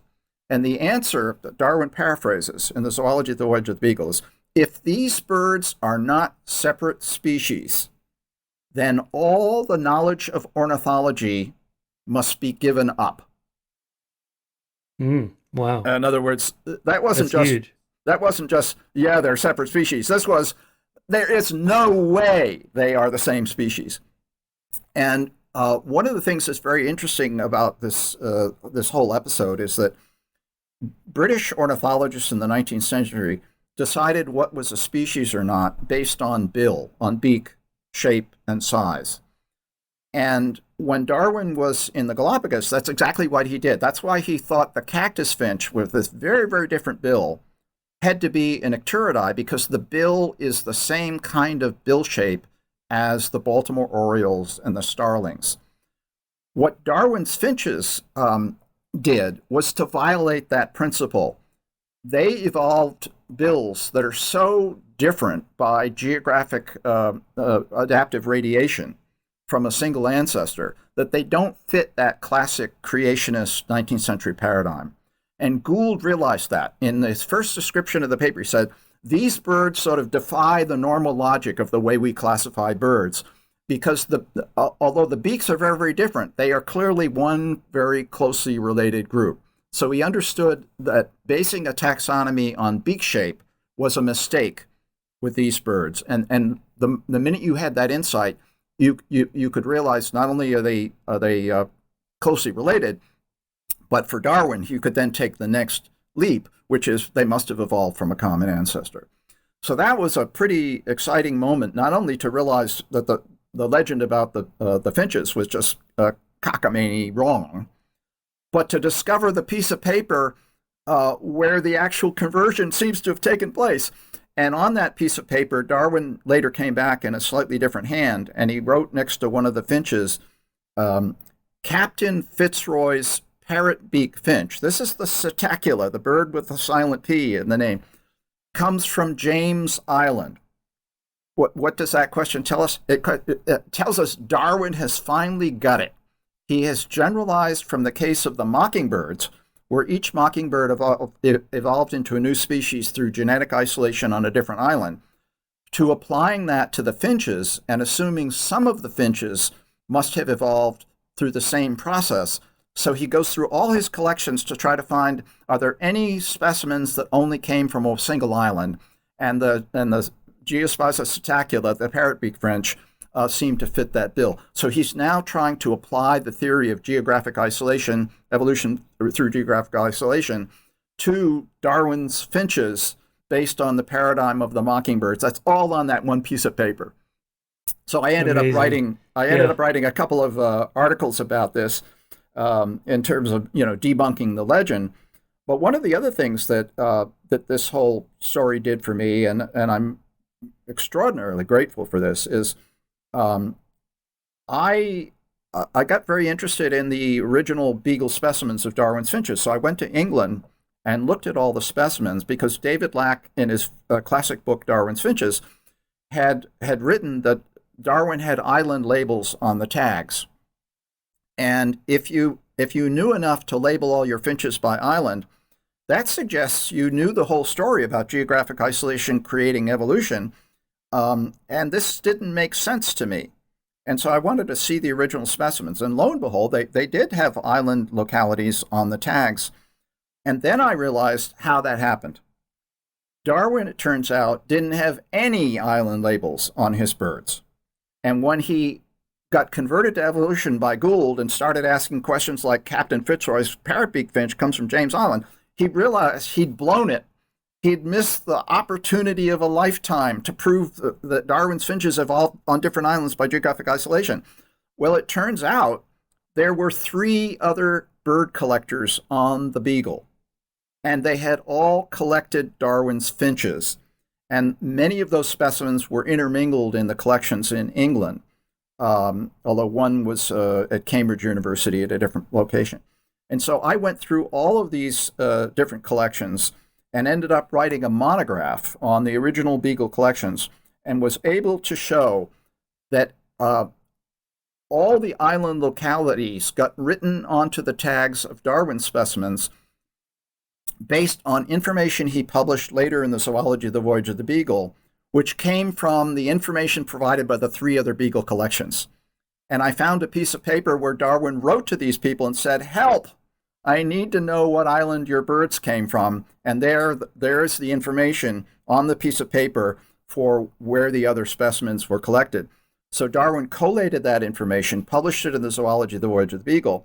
Well, later curators at the British Museum would pick up a Darwin specimen and it would have no island locality. So they'd go to the Zoology of the Voyage of the Beagle and say, well, Darwin says this specimen of the cactus finch comes from James Island. So they wrote James Island in on the tag. But they had a 1 in 4 chance of getting it right because Darwin visited 4 different islands. And so they ended up falsifying the whole record for Darwin specimens and created what one ornithologist has described as a taxonomic nightmare for the next century of ornithologists who were confronted by original Darwin specimens labeled as coming from islands they could not possibly have come from. And the answer that was often given to how that could have happened was that evolution had occurred since Darwin had visited that island. And that answer, it turns out, is wrong. Evolution could work pretty fast. Right. But that wasn't the answer. The answer is the labels on Darwin specimens were simply wrong. So I wrote a monograph that had a specimen by specimen correction of where every single locality from the Beagle voyage came from. And as a result, I became a pretty good expert on Darwin's finches, and that opened the door later to my collaborating on actual research on Darwin's finches, which I've done for the last 20 years. So I managed to transition from being a historian to being a pretty full-fledged biologist, at least in a modest way. Now, isn't that true too for the tortoises, the Galapagos tortoises? I recall a quote you used from Darwin where he's referencing the governor of the Galapagos saying, "This guy told me he could identify which island each different carapace of the tortoises comes from." But you would think, if you're thinking like an evolutionist, he would think, well, then okay, adaptive radiation from different environments and so on. But he didn't make that connection with the tortoises either. Was it you that came up with this line that I like to use? Darwin ate his data on the way to Australia because they stored the tortoises in the bowels of the ship, and then they ate the tortoises and threw the carapaces overboard. Yeah, that you line, wouldn't do that if you were an evolutionist. I use that in one of my publications. Yeah, a wonderful story. This is evidence that really shows Darwin was not an evolutionist in the Galapagos, and that is he's been told by the vice governor that the vice governor and other local inhabitants can tell what island different tortoises come from. And yet, when Darwin is on Santiago, when Darwin is on the island where he's told that, he doesn't collect a specimen of tortoise. And when he gets to the next island where he can collect a specimen of tortoise, he doesn't collect one either, an adult. He and his servant, Sims Covington, each brought home a baby tortoise that they seem to have treated basically as pets, but they had no interest in bringing home an adult tortoise. Well, when he got back to England and became an evolutionist, and then realized, hey, maybe the vice governor was onto something, he didn't have the adult tortoise carapaces that would establish that truth. So the question is, why didn't he collect tortoises at the time? And here's the answer. At the time Darwin visited the Galapagos tortoise was known under the name of Testudo indicus. And what that tells us is that he and other biologists believed that the Galapagos tortoise had been introduced to the Galapagos from the Indian Ocean, Indicus, from Aldabra or the Seychelles, and was not a native animal in the Galapagos. And if you go to Fitzroy's narrative of the Voyage of the Beagle, Fitzroy states that the Galapagos tortoise is not an endemic creature. So if you're told then that the tortoises differ a bit by island, and they're introduced, you would assume that variations in the ecology of the islands are probably having some effect on the growth patterns of the tortoises. And Darwin knew full well that some islands in the Galapagos are very low and very dry, and there's virtually no water. And other islands are very elevated and have a high moisture, elevated, a very moist area where there's rainfall. And that would be more than sufficient to account for differences in the tortoises. So that's why at the time, not knowing that the Galapagos tortoise was endemic, he dismissed the whole testimony of the vice governor. Then when he got back to England, became an evolutionist, he realized, oh my God, I've done it again. First I did it with the birds and didn't collect the island labels. Now I've done it with the tortoises. And so what did he do? He rushed down to the British Museum with the 2 pet tortoises that he and his servant had collected, only to be told they were too young to be able to ascertain whether they were separate species. And so, he was pretty consternated by that. A year later, he was at the London Zoological Society, and he ran into a naturalist named Gabriel Biebron, who was a herpetologist. And Biebron told Darwin in person that he had seen at least 2 different types of tortoises from the Galapagos, and was willing to swear as an expert herpetologist that they were separate species. And Darwin wrote this down in a notebook, and he put, I think, 3 exclamation marks at the end of the sentence where he records Biebron says there's more than one species in the Galapagos. So, without any evidence, now he was convinced that the Galapagos had separate species of tortoises.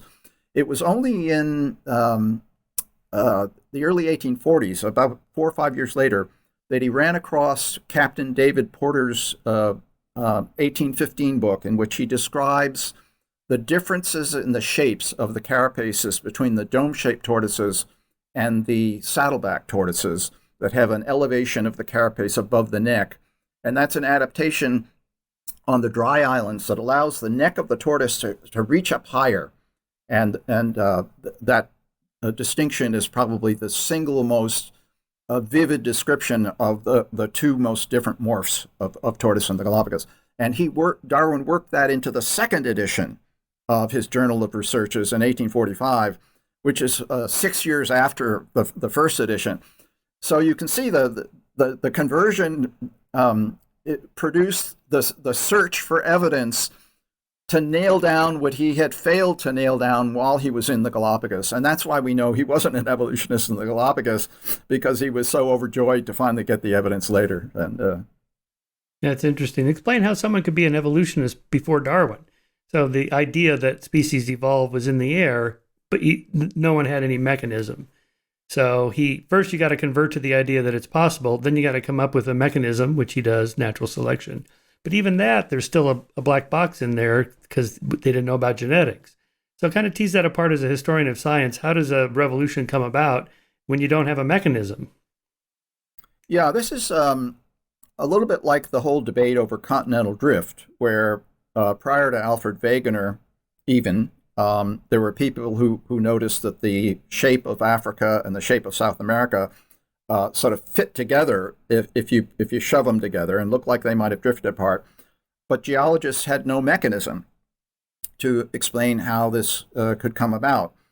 So the final conversion to continental drift only came in the late 1950s, 1960s, when seafloor spreading was discovered. So we consider the theory of seafloor spreading, which provides the mechanism of continental drift, is like the theory of natural selection. Once you have the theory of natural selection, you have a mechanism that can empower evolution. Now, prior to Darwin, there was an alternative mechanism to empower evolution, and that was Lamarck's theory of the inheritance of acquired characteristics. That theory, unfortunately, is not very good at explaining adaptations. It can explain change, but as Darwin well realized, one of the great superiorities of the theory of natural selection was it explains exquisite adaptations, and no amount of a giraffe willing this or that with its neck, or if some aspect of adaptive behavior is causing Lamarckian adaptations, this doesn't work very well for plants. And so Darwin was quite amazed that nobody had pointed out before he realized it, the tremendous weakness of Lamarck's theory of evolutionary change, that it basically, it explains some things, but it probably leaves out about 95% of what you want to know about evolution.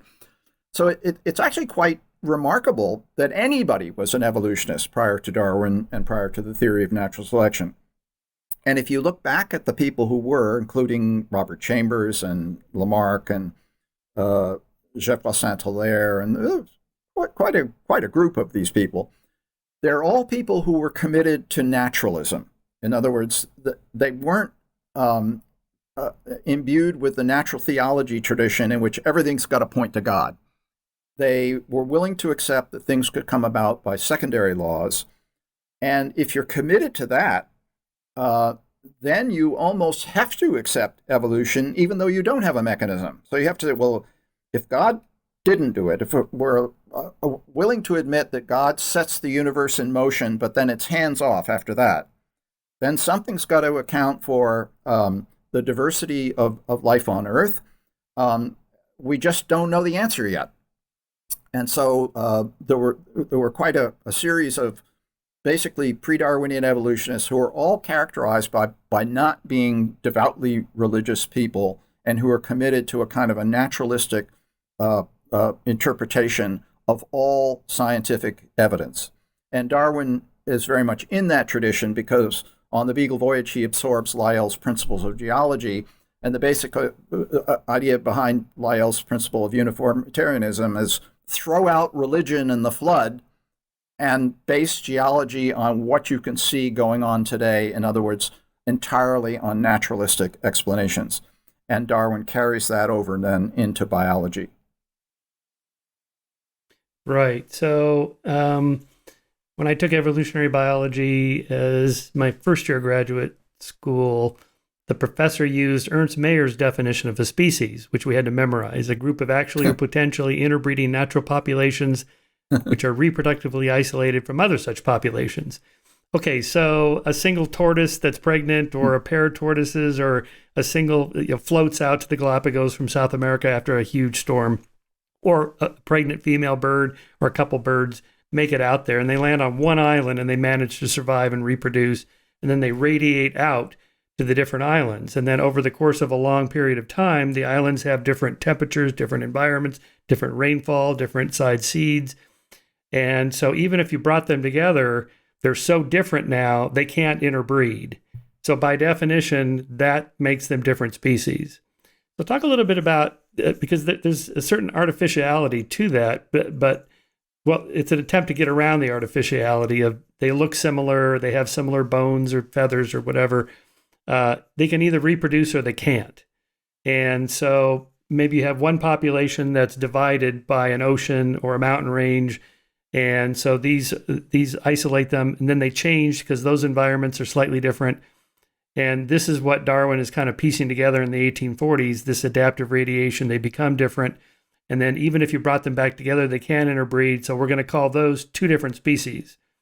But then you also talk about lumpers and splitters, because that's not the only way to separate organisms. So similarities and differences. And then there is a subjective element to it.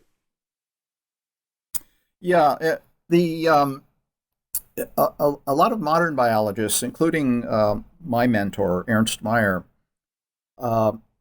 faulted Darwin for not having a clear species concept based on Mayer's own notion of species being reproductively isolated populations. Since Mayr died in 2005, a substantial number of people have come out of the woodwork to oppose Mayer's views on this. It's interesting. People got a lot of courage once Mayr wasn't around to to respond to them. But there have also been new insights that have come out of evolution that have made Mayer's own definition of speciation a little too dogmatic, in a sense, or seem a little too dogmatic. One of the insights which Darwin really understood is that a lot of good species do interbreed. In other words, reproductive isolation isn't such a magic definition point as Mayr sort of tried to make it into. I'll give an example. Peter and Rosemary Grant, who work on Darwin's finches, have showed that virtually every species of Darwin's finch interbreeds with almost every other, maybe something like 1% of the time.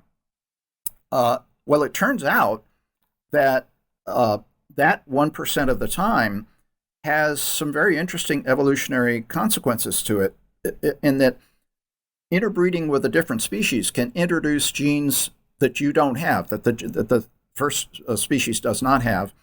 And so there's actually a kind of a, from an evolutionary point of view, you could actually see it's in your benefit to leave the door open a little bit for genetic exchange.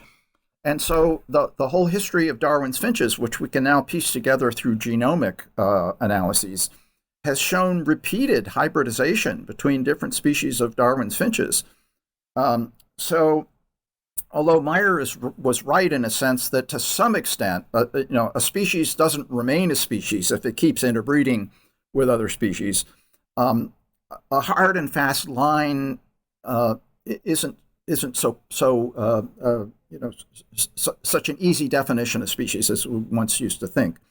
And another interesting example is that speciation can occur in surprising ways without really establishing reproductive isolation in the way Mayr envisioned it over long periods of isolation. I'll give it just a quick example.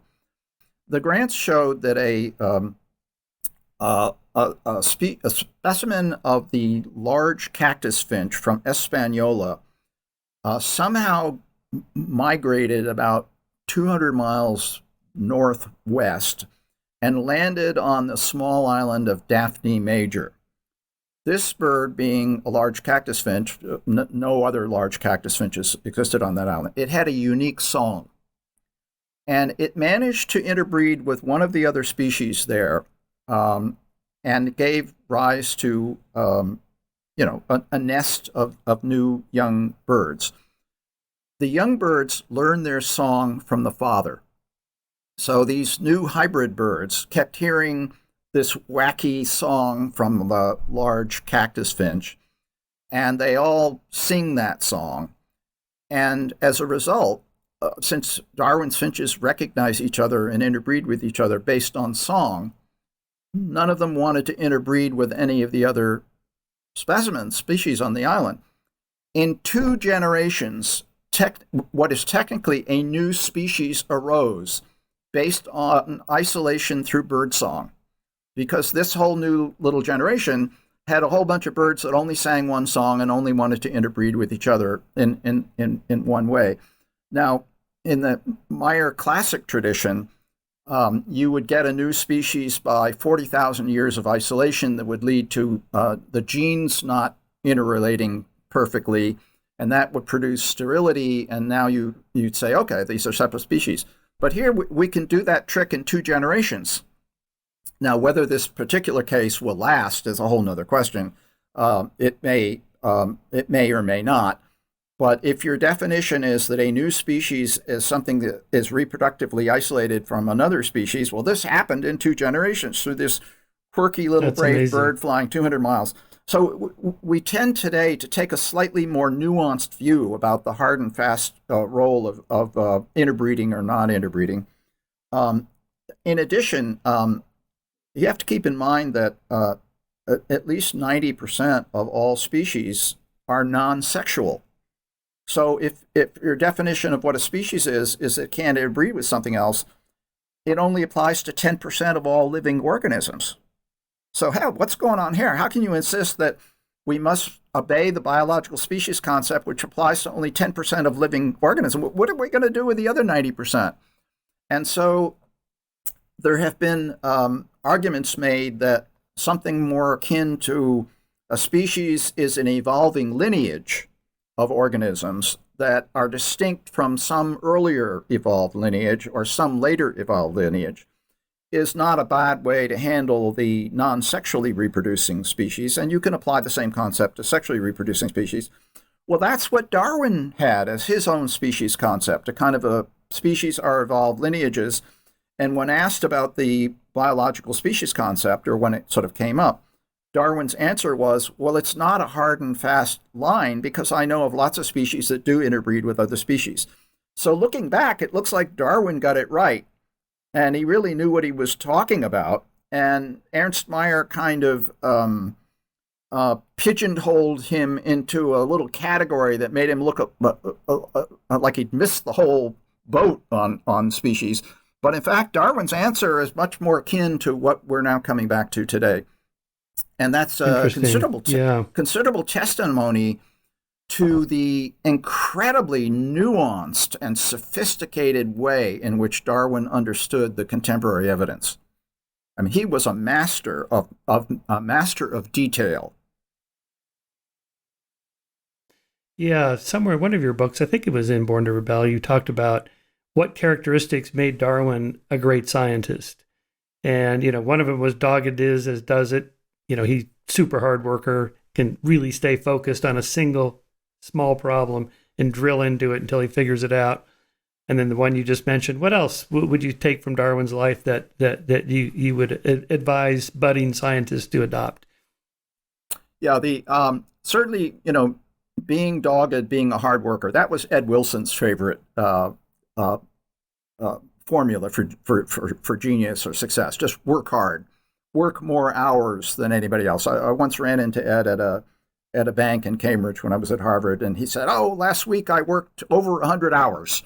That's a lot of hours to work in 1 week. And he wrote about he often wrote about how many hours he worked a week. He'd say, "Oh, I only put in 90 hours last week." With Darwin, that was definitely true. However, one of my favorite sort of explanations of Darwin's success is his extraordinary modesty. Let me give an example of his modesty. He was once had a face-to-face meeting with George John Romanes, who had published something or other, and Darwin went on and on and on about what a great discovery this was, what a terrific paper this was. Romanes said the praise was so incredible it became embarrassing. In other words, Darwin is making himself into this small, inconsequential person, and then is taking this very small discovery by another person and elevating it into the greatest thing that ever happened. But that was Darwin's nature. He was someone who felt modest about his own ideas and was always praising of everybody else's work. Now, if you're somebody who thinks you're not all that smart and you might be making a mistake a lot of the time, what are you going to do about that? Well, check your work all the time. Check everything. Find ways to test it. Well, The Origin of Species is a master work of genius, of testing, questioning, questioning again, questioning the third time, questioning the fourth time, questioning absolutely everything Darwin ever thought about evolution over and over and over again for 20 years. That's what that book represents. It represents a consideration of everything that could possibly be wrong with his theory about 5,000 times. and that's what makes that book such a work of genius. He has anticipated every possible objection that you could have to his theory. My favorite chapter in The Origin is a chapter called Difficulties on Theory. And it's a chapter in which he collects together every really puzzling case, like how would the eye evolve? Or how did a flatfish that has its eyes on the top of its body, how did the eyes migrate from the bottom to the top? In other words, if they're on the sides and they got to end up on one side, one eye, it's like I got to cross across the stomach or something. He takes on all of these really difficult cases and shows what a plausible answer is, and the answers are very thoughtful, and they're mostly what we would accept today. That chapter is the essence of Darwin's genius. Somebody else, like Robert Chambers, didn't have a chapter in The Vestiges of Creation on difficulties on the theory. That was Darwin's leitmotif, to not only question everything all the way through the book, but then devote a single chapter to the worst cases that could be used against him. And the nice thing about that chapter, in my view, is it's the only chapter for which Darwin then wrote a second chapter in the later editions of The Origin called More Difficulties on Theory, in which he then answered all the cockamamie things that people came up with after The Origin was published. And if you read that More Difficulties in Theory chapter carefully, you can see that most of the objections that he's dealing with were raised by people who didn't read the first chapter carefully, because the answers to this in the second chapter are almost exactly identical, but with the species being switched in a sense, or the case being slightly modified. So he really hit the jackpot with that chapter, and you could say with those two chapters in The Origin. So I think philosophers call that epistemic humility. Just the idea that I might be wrong, so I better triple check my math here, because if I don't, somebody else will. Yeah, absolutely.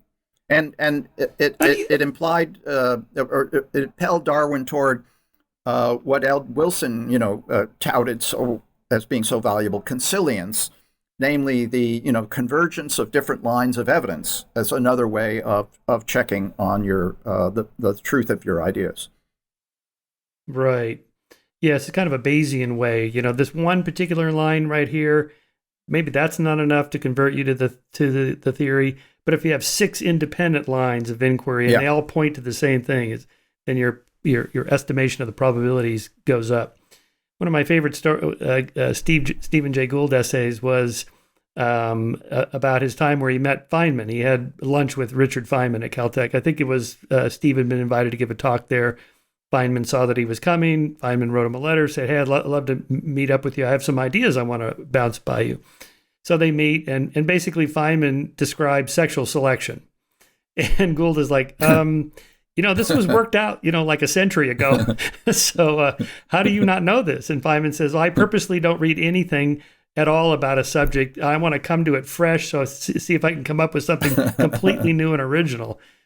So this is, this kind of question of, if you're so ensconced in the model, the paradigm, how do you see outside of the paradigm? Well, you gotta be outside of it to a certain extent. But then if you're too far outside of it, you don't know what's already been done and the questions that have already been asked and answered. So what's the balance there, and how did Darwin find that balance? Well, you're absolutely right. You can't come to a problem and know nothing and expect to solve it. Darwin's an interesting case of somebody who was a man of super detail. So he loved the nitty-gritty of every subject that he worked on, and he was an inveterate note taker. The details he recorded of his experiments show a meticulous mind at work. He was extraordinarily observant. His description of animal behavior in his Journal of Researches is testimony to an extremely astute and acute observer of minor aspects of behavior that you and I would have missed. So at the level of detail, he is at the absolute opposite spectrum as Feynman. He is immersed in the evidence.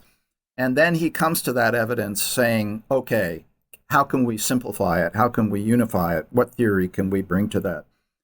So if you wanted somebody who was good at both detail at the micro level and theory at the macro level, Darwin is your guy. Strike that right balance there. One of my favorite quotes from this is, I think, the second edition of The Origin of Species. Yes. Darwin's addressing the religious aspect of, doesn't this take God out of the equation of how nature operates? And he says, I see no good reason why the views given in this volume should shock the religious feeling of anyone. It is satisfactory as showing how transient such impressions are, to remember that the greatest discovery ever made by man, namely the law of the attraction of gravity, was also attacked by Leibniz as subversive of natural and inferentially of revealed religion. Close quote from Leibniz. A celebrated author and divine has written to me that he has gradually learned to see that it is just as noble a conception of the deity to believe that he created a few original forms capable of self-development into other and needful forms as to believe that he required a fresh act of creation to supply the voids caused by the actions of his laws. So this kind of touches on this almost a pantheistic, God created the laws of nature. They just unfold the way they do. They create solar systems and planets and living organisms. And, God's can't bother with the fall of every sparrow. That why can't natural selection be the way that God did it? Now, I'm not sure Darwin made that argument, but I think he's saying you could make that argument if you're a believer. I think at this time he wasn't a believer any longer.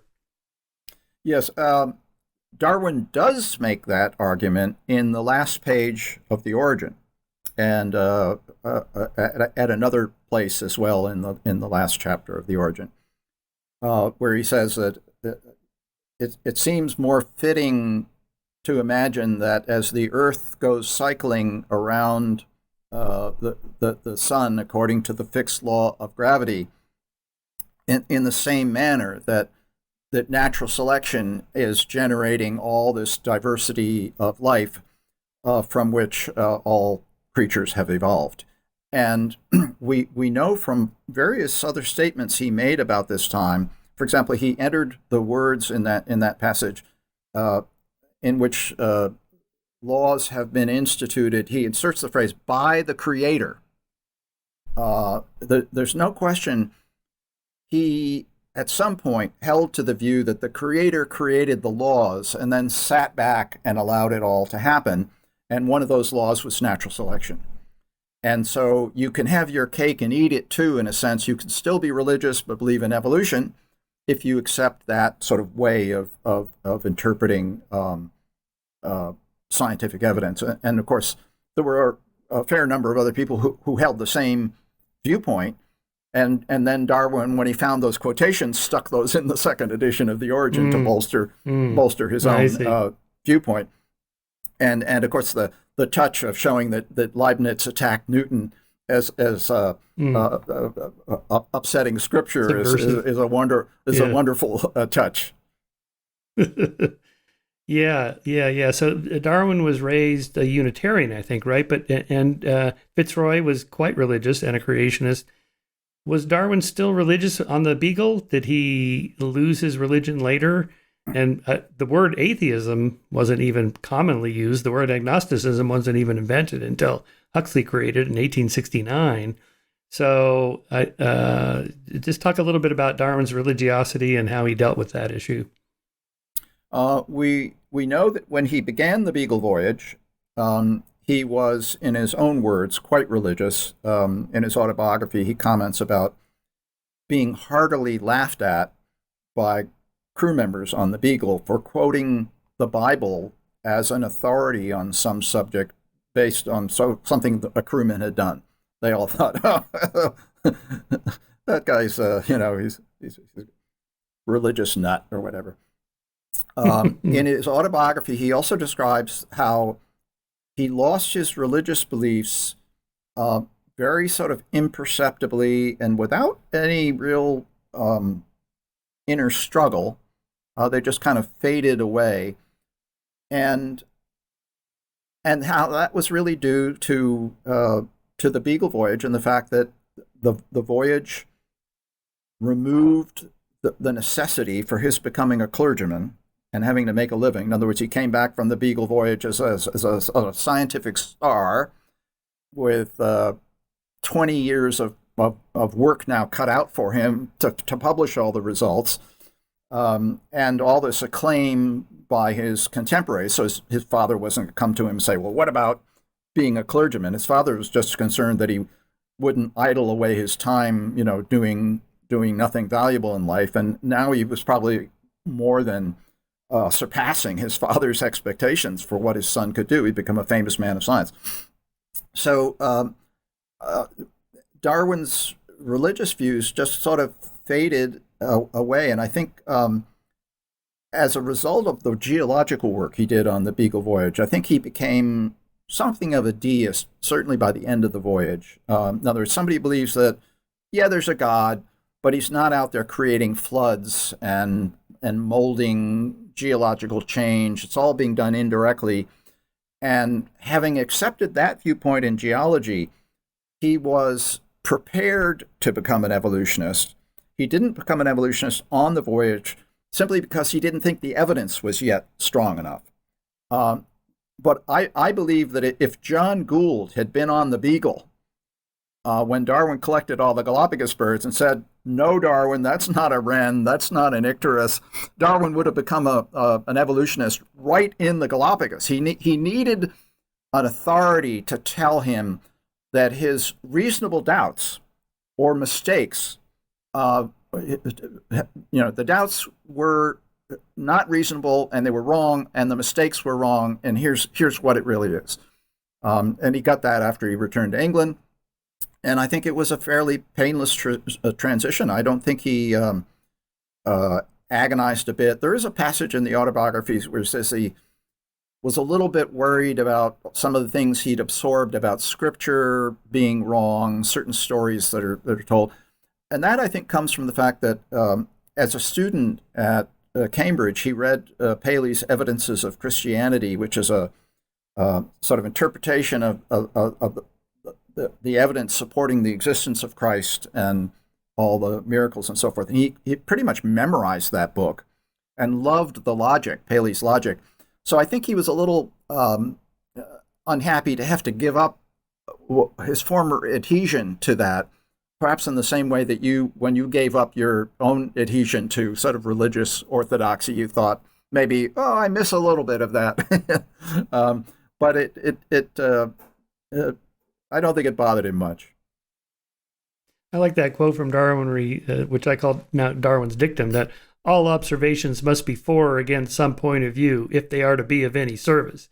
Here he was responding to a critique of the origin of species that said, it's too theoretical. You should just put the facts out there and let them speak for themselves. And, he's basically saying everything you write is against or for some view. So, and that ties into the natural theology. He did say he practically memorized Paley's watchmaker argument.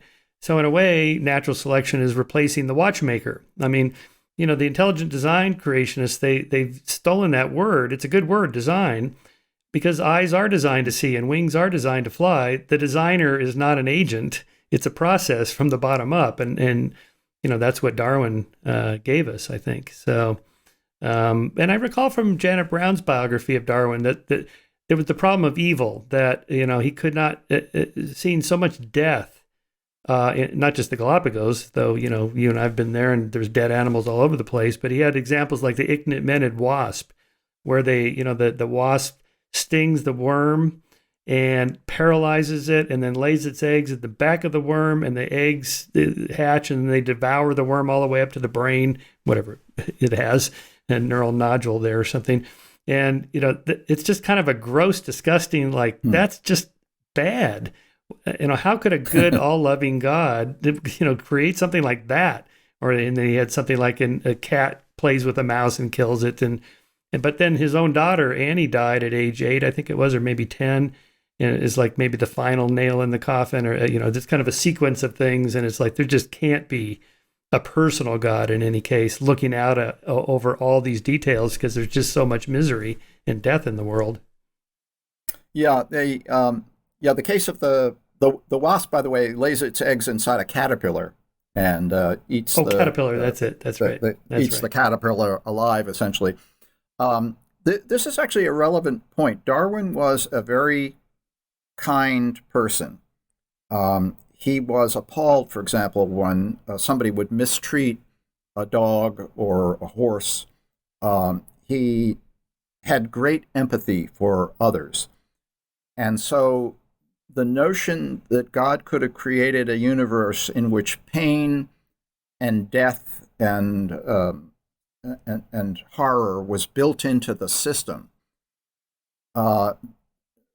would have really affronted him. Now, natural theology tried to get around this. Paley would have arguments like, well, although the lion eats the gazelle and the gazelle dies a horrible, awful death, it's quick. And so you see that's it's quick, except for all those slow ones, but we won't count those. And so natural theologists were always trying to deal with that issue and get around it.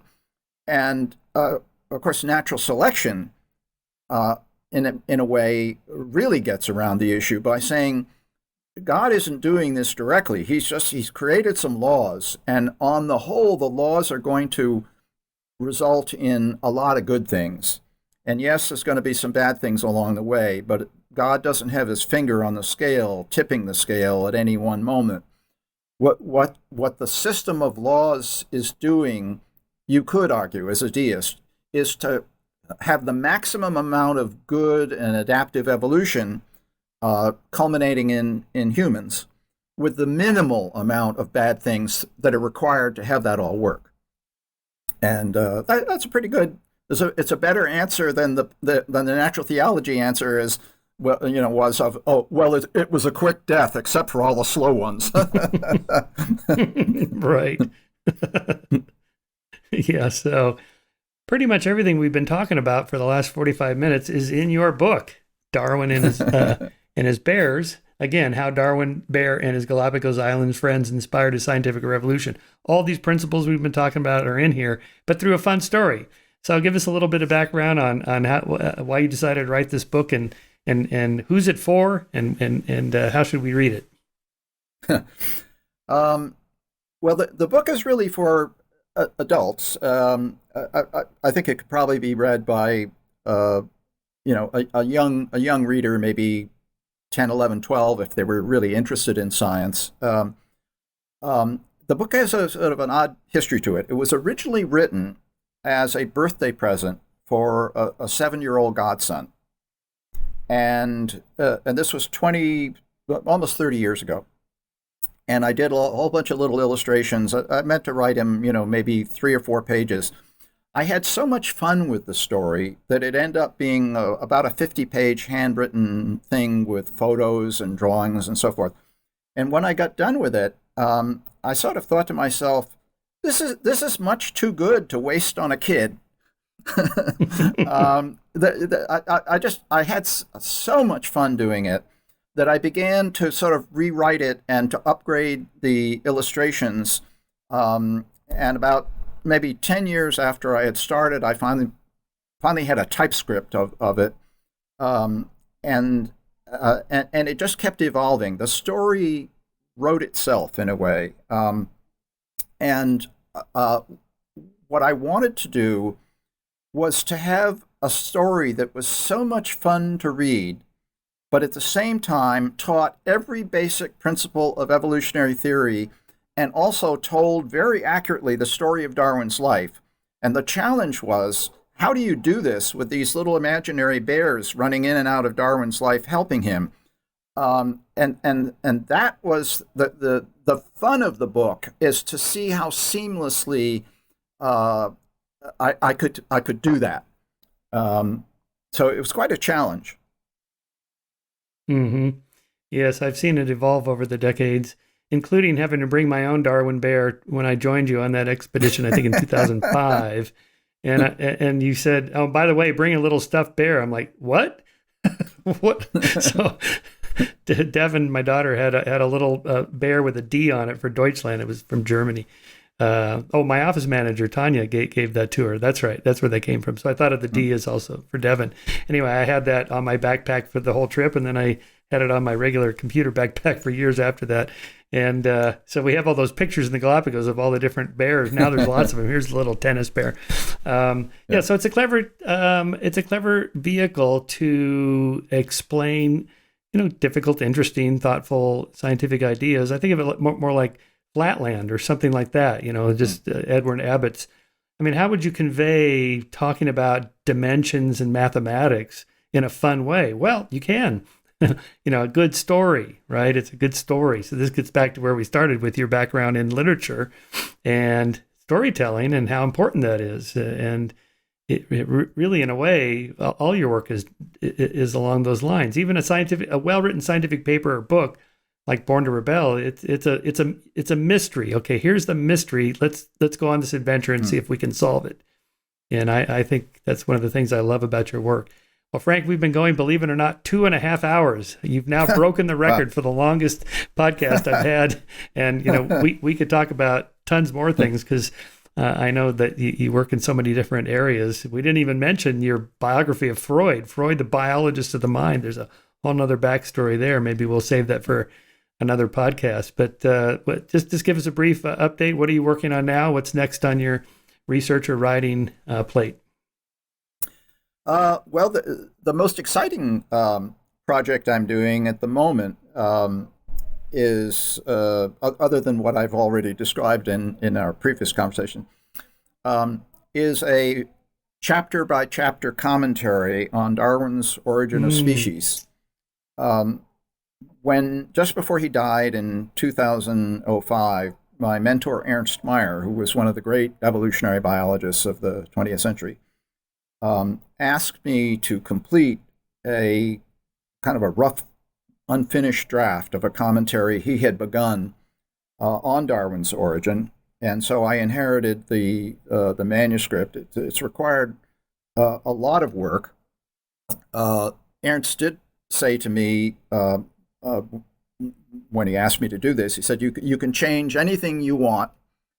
And because a lot of Mayer's ideas about species concepts and Darwin's ideas about species concepts are, in my opinion, and those of other evolutionary biologists, just plain wrong, I have really taken him at his word.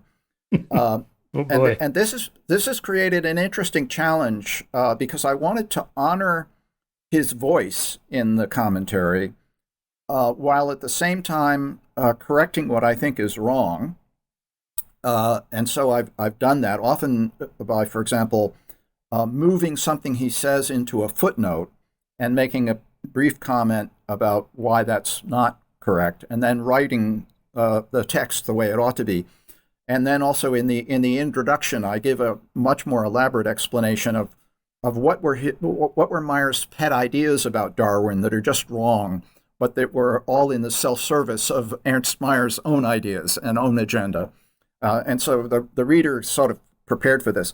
But the other thing that I've done that has surprised me, and I found the most interesting and the most of a challenge, is I've decided I don't want this book to just be read by historians of science who are interested in sort of a rehash of the origin and what Darwin is saying. I want this book to be read by modern evolutionary biologists.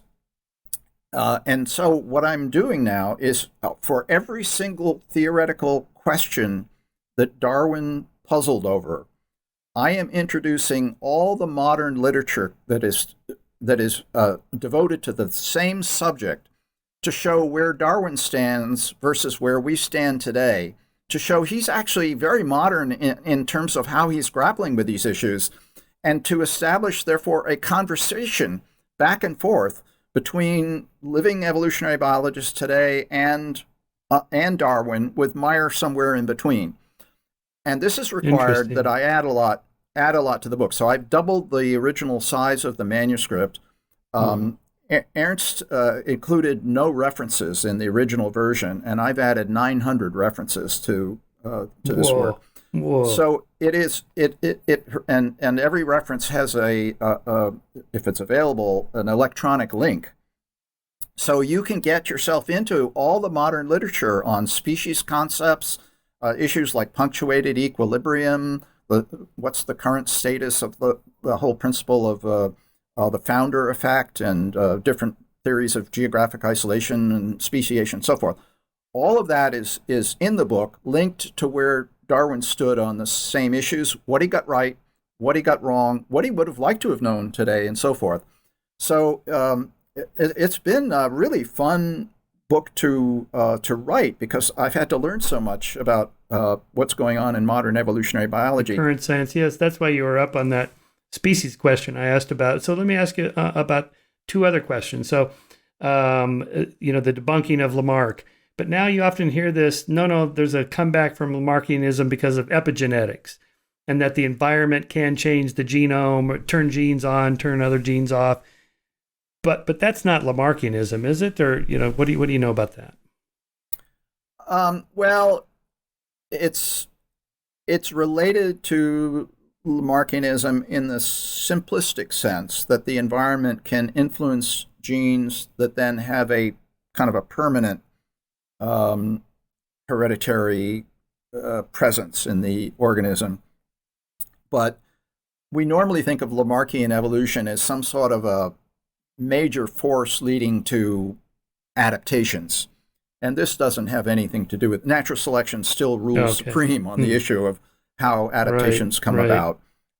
So this is more of a minor footnote to, Lamarck didn't entirely get it all wrong. There are instances. But it's really no different from, let's say, you go out in the sun and you get a mutation of a gene from X-rays, and then you go and have kids, and your kids inherit the mutation. That's inheritance of acquired characteristics. So, interesting, yeah. I meant to mention one of my encounters with Ernst Mayr, who I admired very much. I didn't know him like you did, but I did talk to him on his 100th birthday, which is pretty impressive. I said, "What are you doing today?" I called just to wish him happy birthday, and I'm working on 4 papers that I've had in development for years. I'm like, oh, okay. I hope I can be productive at 100. I think he made it to 104, right? Something like that. And and the other one was yeah, go ahead. Yeah, he died just before his 101st birthday. Actually, about 6 months before. Okay, it was. So you actually talked to him, within close to his death. Yeah. By the way, way, funny story about that was. Go ahead. Yeah, when he turned 90, he set as his goal to publish 5 books in his 90s. I mean, just extraordinary. Wow. And he managed to publish 4, and he lamented that he hadn't published the 5th. And he told me this. He said, I haven't got to that 5th book. And I said, well, the book you've asked me to finish will be the 5th. And he smiled. Then the other funny story was I was writing a paper on the Sagan effect. I wanted to know if popularizing science reduces your scientific productivity. So I got Sagan's CV, which came in like a big, huge 3-ring binder. I mean, he counted everything he ever did, every speech he ever gave, every media interview, every paper, every book, everything. And anyways, it was quite the thing. But in there, he had like a list of honorary doctorates he'd been given. And, there was like 30 of them or something. I thought, wow, okay. Anyway, so I thought, but how good is that, compared to what? So I checked with some other people like Jared Diamond, and, and that Sagan was just as productive as Jared Diamond and Steve Gould. and Gould had like 30 or 40 honorary doctorates, and then I got to Ernst. He sent me his CV, and he only had, I think, 3 or 4 honorary doctorates. And then he wanted to know, well, because I told him what I was doing, and I said, yeah, Sagan had something like 30 or 40. He goes, oh, but mine were from the very best universities, only the best. He was so competitive. Yeah, and then Jared told me a funny story. Just I'll finish this. And that he said, Michael, honorary doctorates are a way to get you to come speak for free, and I don't do that. I thought, oh, okay. Yeah. Ernst got one doctorate, I believe, from the University of Bologna. And the reason he valued that was because it's the oldest university in the world. I see. And so right. By his book, that's a real honorary doctorate, not something you got from some podunk university. Right. To get you to speak for free. Yeah. Let's see. Oh, and then one last thing, group selection. This is, back in the news, back to Ed Wilson, that one of his final books was, The Social Conquest of Earth, in which he defends this kind of mathematical model of group selection. And Dawkins just destroyed this book in his review. I think it was in The Spectator, and he reprints it in his recent collection of essays, in which he said, he says, I really hate doing this because I love Ed Wilson. He's one of the giants of all time, and he's just such a great guy. But he really got this one wrong, and it makes me think he never really understood kin selection, like Trivers and Hamilton and so on meant kin selection, and here's why group selection is not correct. So since you've been diving into the recent debates in evolutionary theory, what are your thoughts on group selection? That's one debate I haven't waded into yet. It's a very complex issue, and I think one has to take one's hat off to Ed that the issue is way more complex than most people might have assumed. The easy solution that group selection is just dead is not the full answer, so to speak. Okay. And we now have more respect for what's called multi-level selection, which is selection at various different levels. I do believe that Ernst Mayr, for example, who was not a great group selection advocate, always used to say, well, group selection has clearly gone on in human history because you have groups of humans that develop armies that then overrun other groups, and clearly the one group is selected at the expense of another. So the whole point is that some group selection does go on under some circumstances. The only question is, how widespread is it? And that's a debate that is still going on. Ed, there may be more to Ed's views than Dawkins was willing to give him credit for. Okay, all right. I don't really have a dog in that fight, but I like watching the dogs fight. So it's an interesting development of science. All right, Frank, thanks for coming on the show. Thanks for your great books and the latest one here. We'll just see the link below in the show notes of ordering it. We have a supply of them at the Skeptic's office. You can order them from us. And anyway, this was one of the most fascinating conversations I've ever had on the show. You're just such an interesting guy, and there's so much more we can talk about. So we'll have to do it again. Well, likewise. I really enjoyed chatting with you about so many interesting issues.